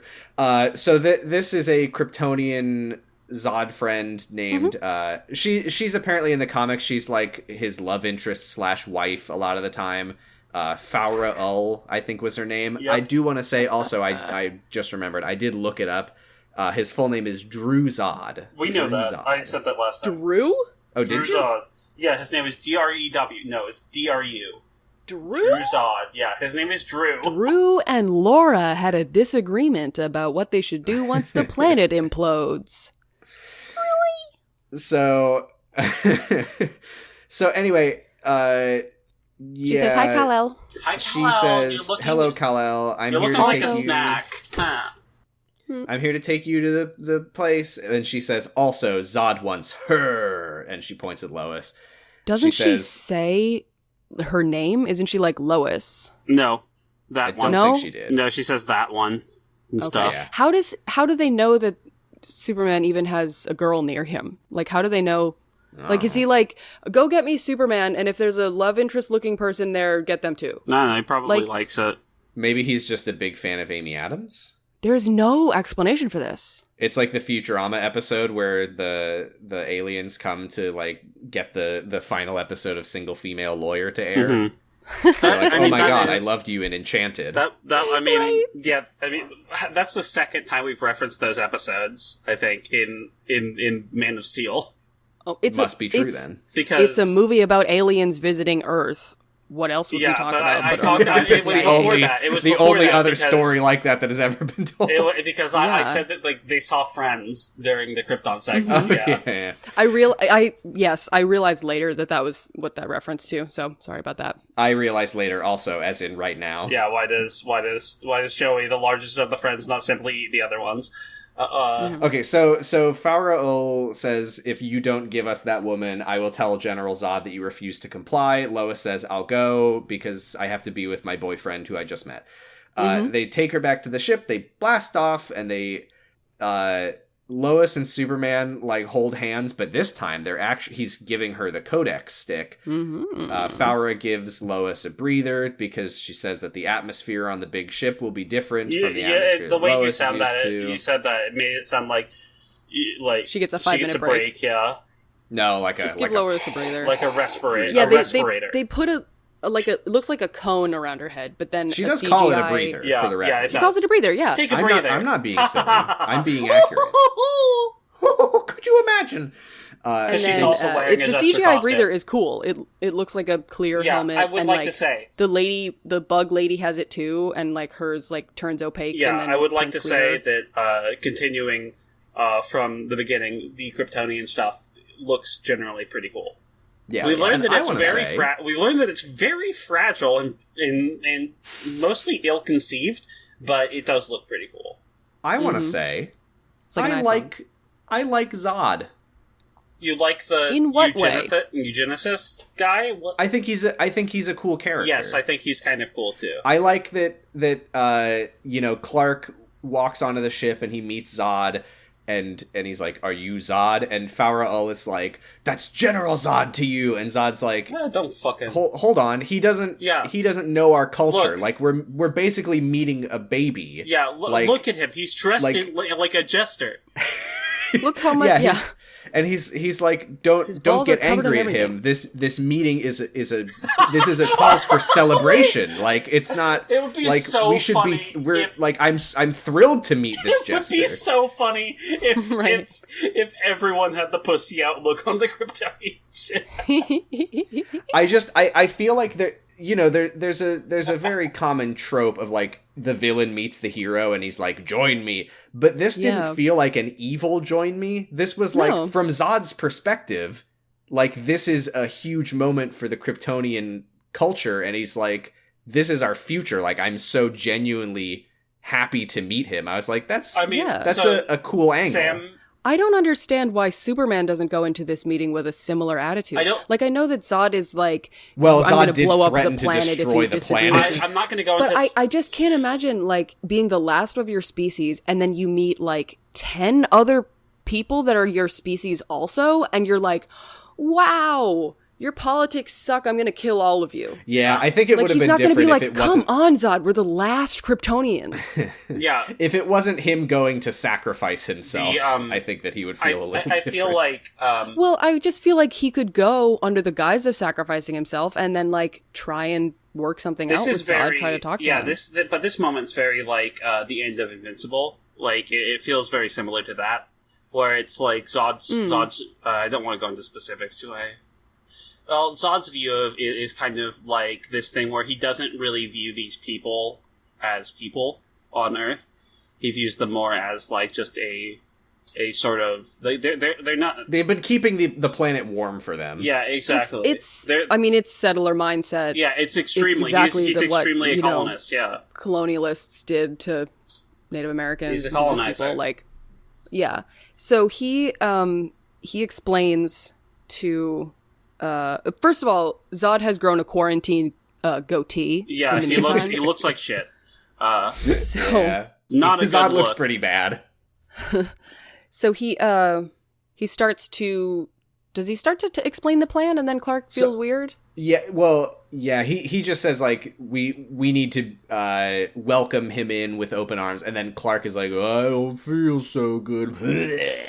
Mm-hmm. He coughs and up Zod blood. is like, well, don't worry, like you've I don't think we mentioned there was a line from Martha when she was talking to Clark earlier where she was like, when we first found you and you were a baby, like you were it was so scary because you were like struggling to breathe all the time.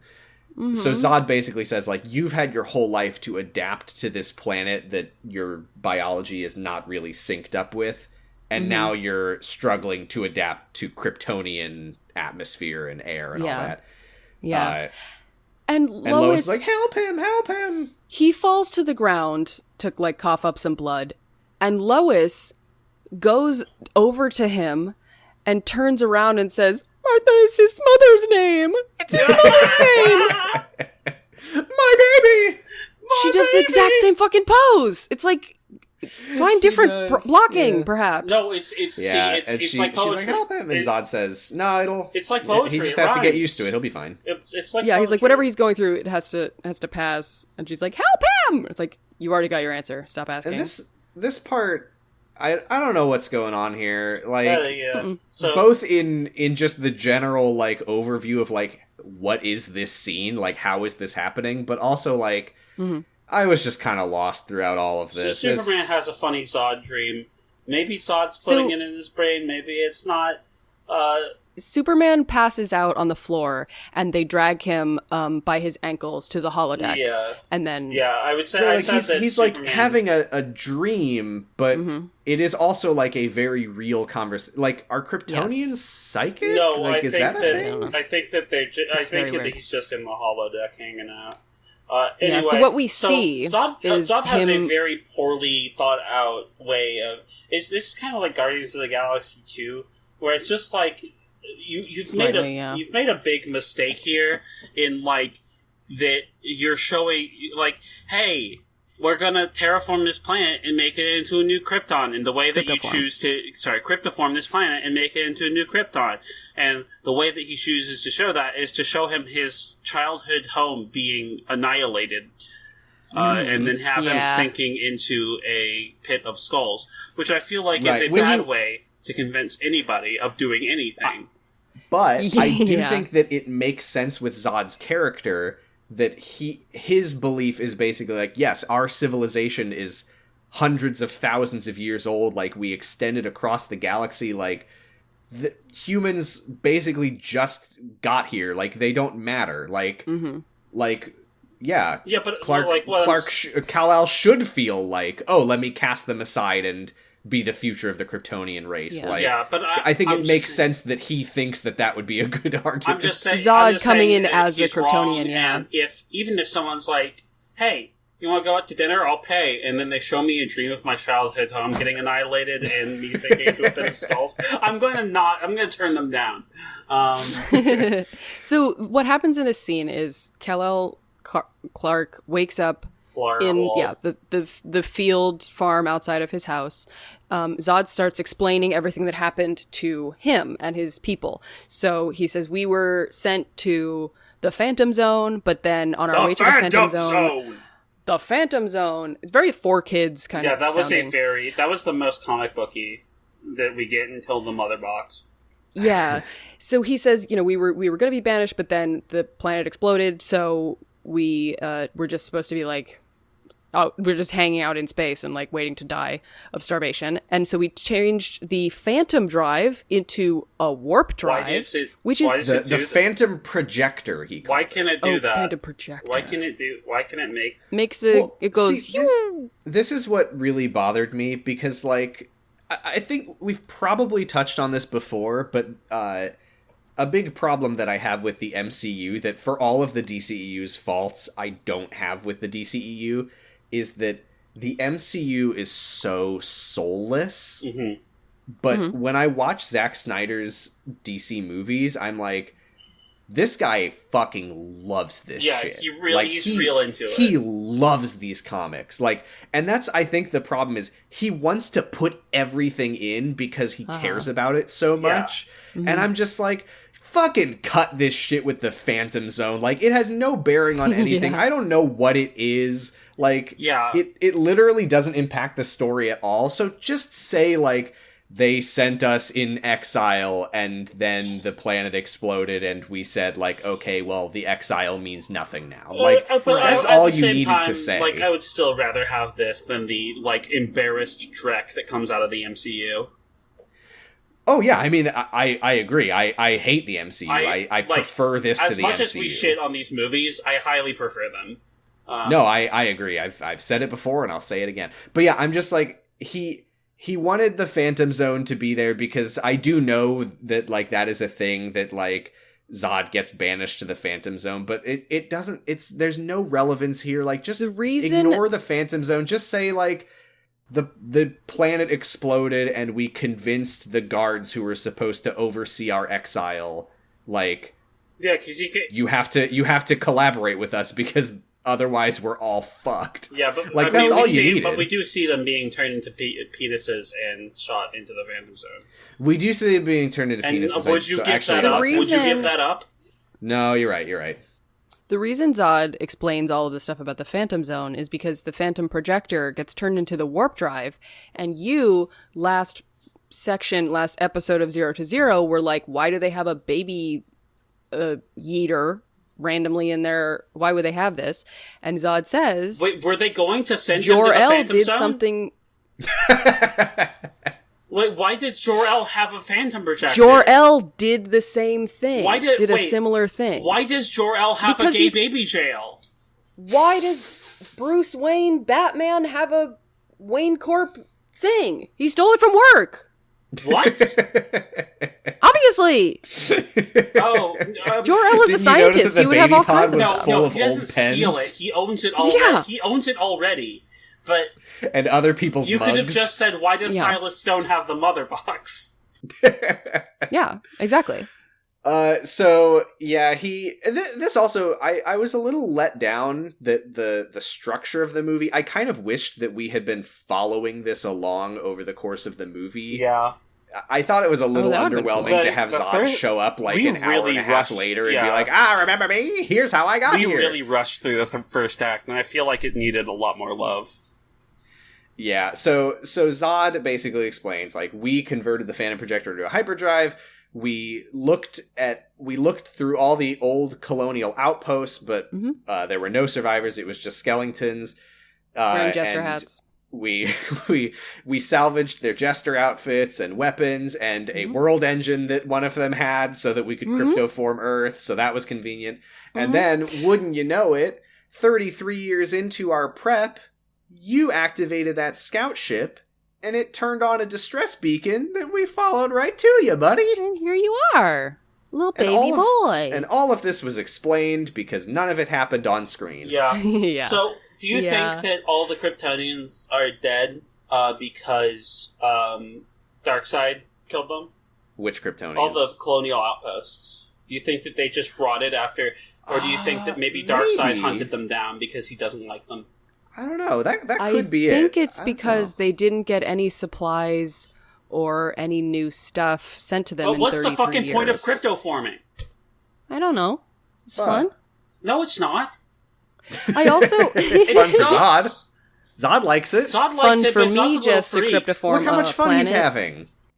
Also, I really like that this movie and Justice League, there's the same... It's just the same villain problem again.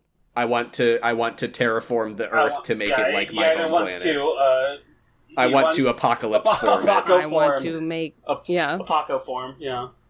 Yeah, but Zod is kind of like, and we got a world engine, which is like what the mother boxes do when they form the Unity, except it's not evil when we do it, so... That sounds fun. Okay. Don't you want to join? So Zod says, Clark, you have the power to save our race. The Codex holds the genetic template for every Kryptonian who has yet to be born, but your father stole it, and he sent it to Earth with you so that you can rebirth Krypton on planet Earth. So, here we run into the core ethical problem that Superman faces during the movie, which is an interesting one. What if you are the last surviving member of your species, and then you find that there are more of them, but the more of them are Nazis? Yeah, pretty much. Well, that would suck. That'd be fucked up. It's kind of like the creature problem. Like, what, is it okay to have a Nazi slave? I was waiting for you to bring up Creature from Harry Potter. God. So Clark sees in his holodeck vision one of the world engines turns on. It blasts the ground with lasers. Kent Farm is destroyed in a cloud of smoke and dust. Which John loves because it kind of looks like a hurricane eating the whole house up. He says to Zod, he says, so if Krypton lives again, what happens to Earth? And Zod's like, Earth is only the foundation on which we will build Krypton, because a foundation must be built on something. And that's when we see Clark is now standing in front of the destroyed farm on like a sea of 100 million human skulls, and he starts sinking in, and then Zack Snyder says this will be cool in the next movie, it'll make sense. He says to Zod, I can't be part of your genocide plan. And Zod says, well, there's urine in the ball pit, so... Clark Have wakes fun up, into that. He's like restrained on a table, and Zod says, I killed Jor-El, and it makes me sad every day. But I'd do it again if I had to, in a heartbeat, because I have a duty to my people. Guardians of the Galaxy 2 problem. I killed your dad. Bad. Bad way to do it. Yeah. Superman guesses, too. Jor-El is like... Zod is like, Jor-El acquitted himself well, or something like that. That's true, that's true. Like, and Clark is like, you killed him? And I was like, wait, how did you get that from that? I didn't even understand what he said. And so then a creepy skull-faced German Kryptonian comes in, and do you think that he's normal? No, he's a torturer. He's a Kryptonian Nazi scientist! Yeah. He's fucking Desaad from Justice League. Yeah, this guy's gotta be a comics character. I'm sure that he has a name that we don't know. We don't hear, and I don't know if he survives this part of the movie. Because there's a quick little cutaway shot to two like little ships flying down from the big ship, and Swanwick monitors them on the screen, and they fly to Kansas. Literally, the only thing I wrote for that scene was, General is so not Martian Manhunter. Except, what if he is, though? So every time I see him, I'm like, you're not him! I truly don't understand what Martian Manhunter has to do with any of this. So, okay. The Nazi-looking Kryptonian is like, Clark, the ship's environment neutralizes the strength that you absorb from the sun, so you can't escape. As weak as a human being. Yeah, and he injects Clark with something. Lois gets thrown he pulls in a out his cell. blood.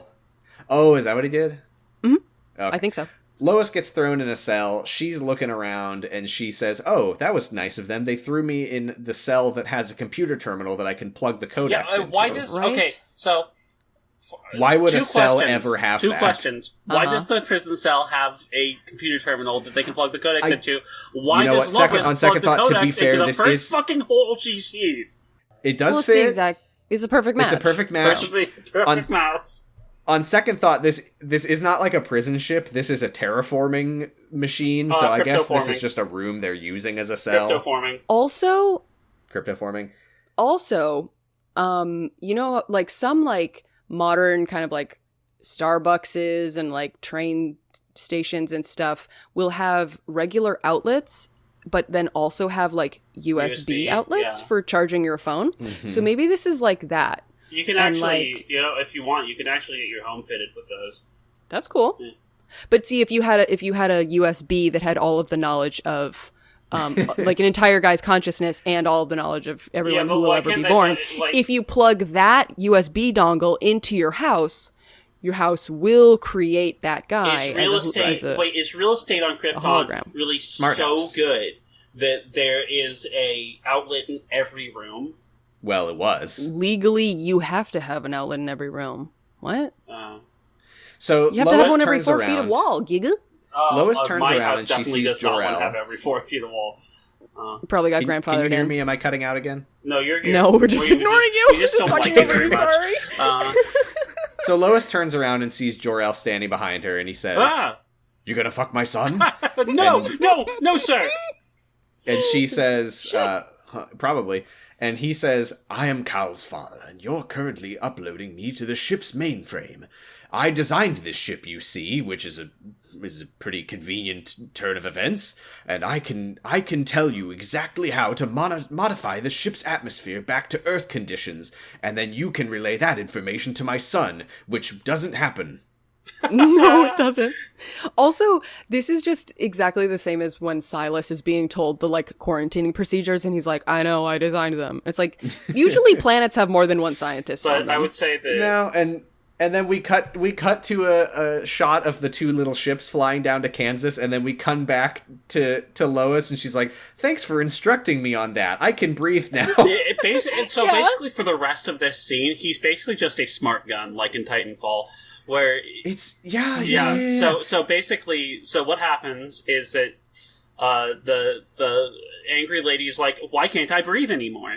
And so she comes in, assuming that Lois had something to do with this, and catches. He fucking slams the door shut on her and kills her. Yeah, no, she's alive later. She's alive later. No, this was a different lady. Okay, so Jor-El kills her with a door. After they'd be caught in flagrante delicto, which means standing next to each other. And he's like, "Pick up the gun." And Lois is like, "Oh, okay." And so basically, for the rest of the scene, Jor-El is basically the smart gun in Titanfall 2, where it's just like of point it this way, shoot. Point it this way, shoot. I do also want to address one minor gripe that I had that doesn't matter, but it was also weird and confusing, which is that throughout this scene, he's referring to the thing that up to this point has always been referred to as the codex. He keeps calling it the command key. Yeah. And I'm just like, why why are you changing the name on us? So here's the thing. He took the codex and put it into the car key. Yeah, so maybe why has it never been called I don't know, literally, because they don't know that it's in the form of the command key yet. Why isn't it just called the codex? The codex is... It doesn't need two vague names that don't mean anything. So my idea is that the codex is the command key is the form factor that the codex was. So like, what if you took the Rosetta Stone and made it into keys for your car? It would still be the Rosetta Stone, but it would also be your car keys. Right. I guess so. So, okay. We go back to Clark. We watch his raisins reinflate into grapes. He breaks out of the restraints. We do get a quick shot of IHOP where Pete Ross is like walking to his car and he looks up at the ships and he's like, "What?" But he also sees the IHOP sign above him. I love all of these Pete seems nice. He seems like a... I love that it's just like, yeah, and then he went on to like be a regular human, which is what most people do. Yeah. I like every time we cut to Pete, and he's just like, what the He really grounds this movie. So then this is the smart gun scene. Lois is like trying to escape from the ship. Jor-El's ghost is like, shoot that guy, shoot that guy. Lois has now killed 2 people personally with a gun. God, the smart gun segment in Titanfall 2 was really good, huh? Titanfall 2 is so fucking good. It's ridiculous. Just like yeah. He directs her into the escape pod. He says goodbye forever. Just tell Clark that the phantom drives are essential in stopping Zod. Oh, and love. And then there's a funny comedy moment where he's like, "Oh, and by the way, lean left." And she's like, "Huh?" And she leans left right as this is why I'm like, can nobody else see Jor-El? Because Feora shows up and just punches through him. So my question is maybe he has backface calling, and so he's only projecting himself from Lois's side. So it's like a video game when you go out of bounds. And the walls that's called backface calling. They don't render the back of the textures. I learned something today. And then she shoots Feora, but because Feora has a name, she just gets knocked back by the gun while the other guards completely explode. No, everyone's been knocked back by it. I don't know what movie you're watching. Is that right? Yeah. I thought they died. No, I thought the other guards, like, exploded. No, they all get knocked back. Like, it's Power Rangers shit. Like, Okay. So I thought that she killed them. No. My bad. So she hits Feora, and... Oh my god. Oh, hey, burn arm. Doors close, pod escapes. So, the pod escapes, but not without damage. Kryptonian, we learned that Kryptonian technology is kind of shit, because... This is fucking hilarious. Like, surely the escape pod should be built strong enough that if any damage occurs on the ship that needs an escape pod to be launched from it, it shouldn't fucking ruin the whole thing. Well, I mean, we learned very quickly that the ship probably needs those escape pods pretty often, because Superman gets up and German Man is like, oh fuck, oh no, I'm out of here. And so he gets out of there, and then Jor-El appears, and Superman's like, but, and then Jor-El's like, punch this bulkhead. And you would think on like a giant interstellar colonizer ship, they might have 2 bulkheads between a room that people are in and space. No. Nah. I do like the idea of an escape pod that only works if the ship that it's launched from is in perfect condition and there's no problems. Yeah. So Clark is like, Father. Yeah, he tries to have a conversation. He tries to start a conversation with the dad hologram, and that's like, hey, your girlfriend's dying. Your girlfriend's going to be a turkey. Hole.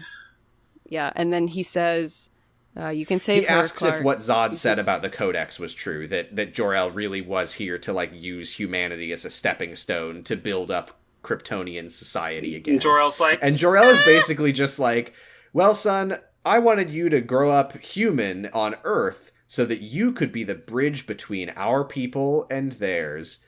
Which, I mean, he's basically saying, like... That is some really... I wanted you to look them in the eyes when you genocide. That is some real fucking... Invincible shit. Like... Jor-El is bad. Your mother and I knew that if you saw Snapchat, you would be fine with just killing all of them. Yeah, just wait until TikTok. Just wait until they turn... Son, they're going to turn themselves into theater kids. When you see TikTok, you'll want them dead. Here's the thing.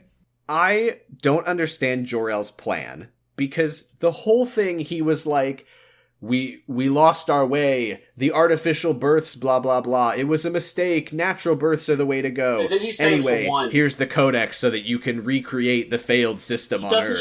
He doesn't even kidnap another baby, which would have been understandable. Like, there's just one. There's one Kryptonian.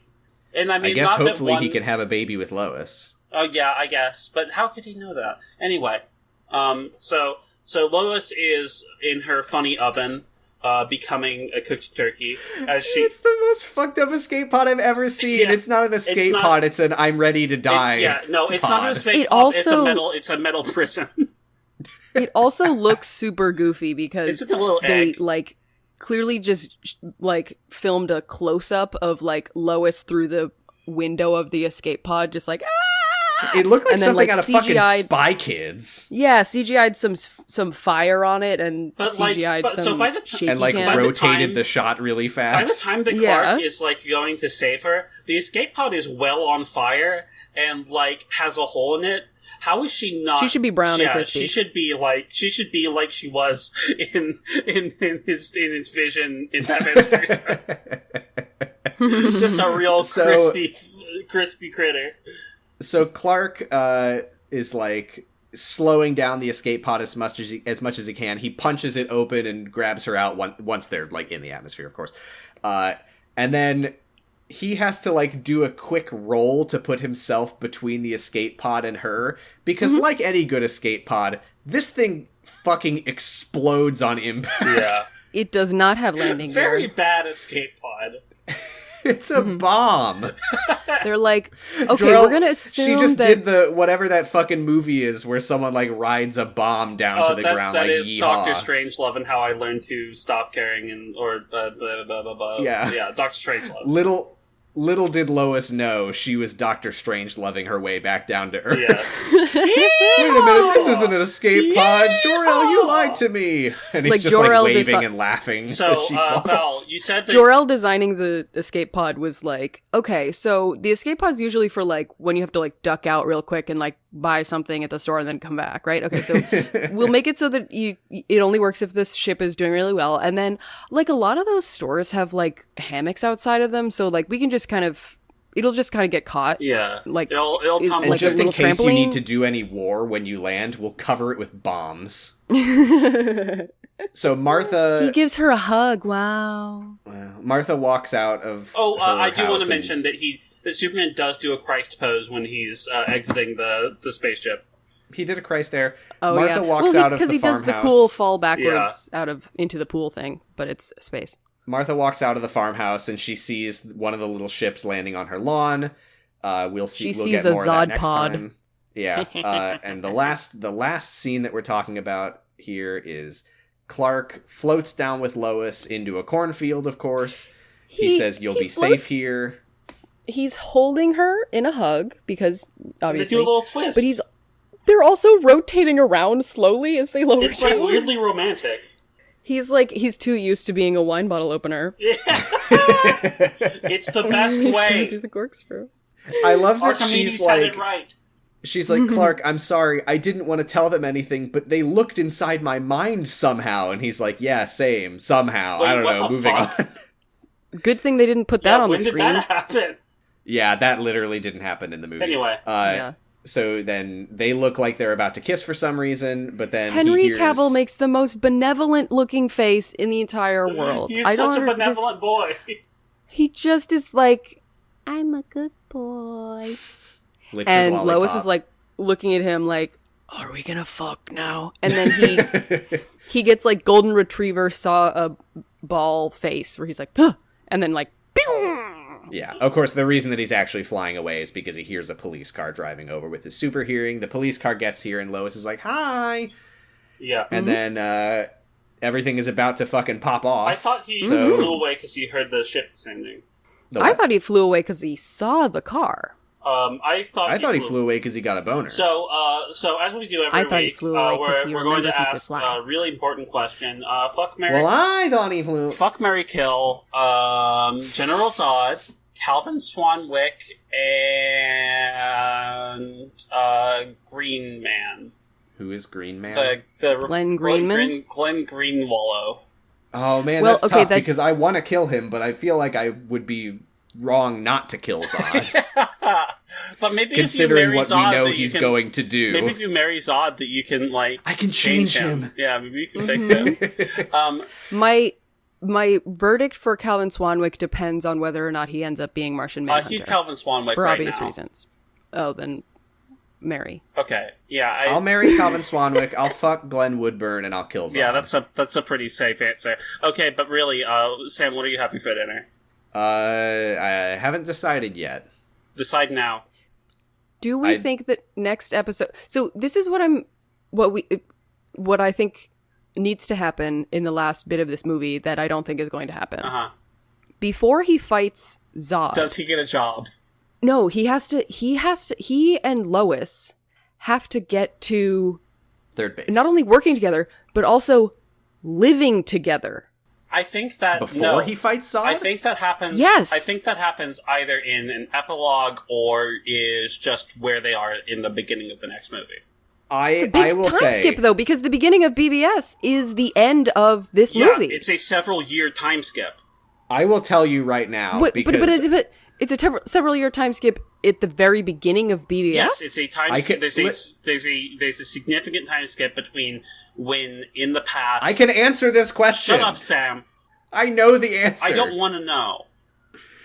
Because in order to decide if it's a good point to stop or not, I have to watch a little bit ahead. Okay. I can just tell you right now, we're going to press play, and 30 seconds later, the fight is going to begin. That's why I stopped here. Yeah. So then the fight happens, and then the end of the movie happens, and then Batman v Superman happens, and half an hour into that movie, Henry Cavill's climbing into Lois's bathtub with his shoes on. There's a significant time jump between when Batman is watching Metropolis be 9/11 and when that movie kind of starts proper. I'm confused, though. Are you saying that you don't think that they're sufficiently in love? Because they are. They are. They love each other. They're already deeply in love. Couldn't you tell? All right. Well, no, my jealousy was blinding me. We are hosted on a little network called Noisepace.xyz.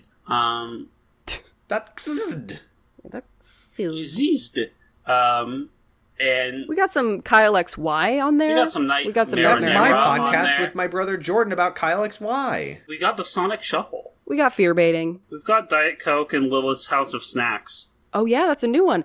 Coming up in just under 2 weeks, we got a new episode of LMNOP coming back from the hiatus, baby. Oh yes. We got Pod of Greed. We got Wow Cool Robot. We've got Pod Cabbages. My Pod Cabbages. We've got Pod Cabbages. They're mine. It's not gonna be for almost a year, but you can listen to And Also With You, which currently has 2 episodes out. Well, you can catch up really well. We got Wild Cool Robot. They're doing G-Gun, though. Did we? I don't remember when... I'm trying to think of the timeline of podcast episodes. We might have already shouted out... We've got Video Game the Movie, the podcast. We might have already shouted it out, but you were on Nightmare and Era talking about part 2 of We did shout that out last time. Okay. I listened to that in between recordings, and it was good. It was a good episode. There's Twink's Awakening, there's Tuning Fork, there's Podcast is Forbidden in the Cloud. There's Kevin Roach on radio. What the fuck more do you want? Oh my god, calm down. Okay, I'm going to bed now. So there's this website called twitter.com. Oh shit, right. Ugh. And we all have profiles on there, you could say. I'm Val Flight Cub. You can find me on Twitter at FlightCub. The second B stands for...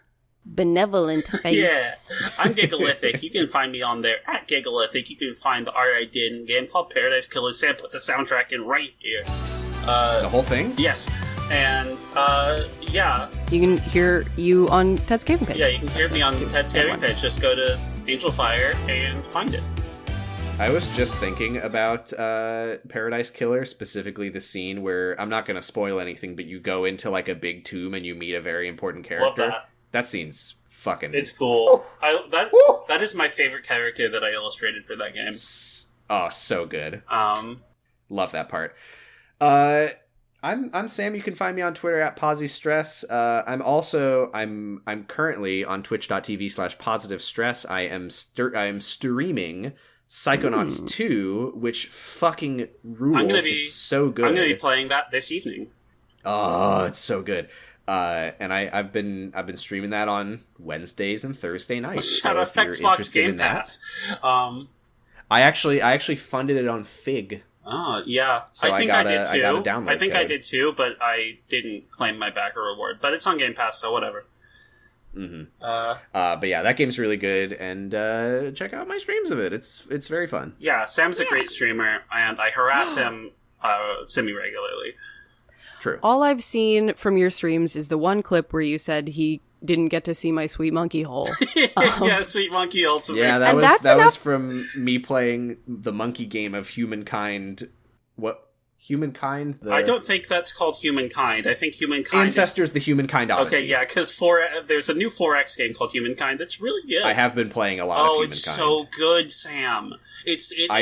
I'm bad at 4X games, but I do like it. It addresses a lot of the problems that I have with Civ 6 and Civ as, like, in general, and how it is kind of a poor simulation of how cultures develop over time, and kind of, it's not like, because they're not meant to be simulations, but this one closer resembles how cultures develop over time in a way that I really appreciate. Humankind is good, Psychonauts 2 is good, twitch.tv/positive-stress. Go! Okay, now it's... Thank you for listening. Thank you, everybody. And like we say at the end of every episode... don't get squashed. Reinflate your grapes. Reinflate your grapes. Abstinence only for cars. Motorboat Superman's pecs. Yeah. Banana hand mix. Okay. Bye. Bye. Bye.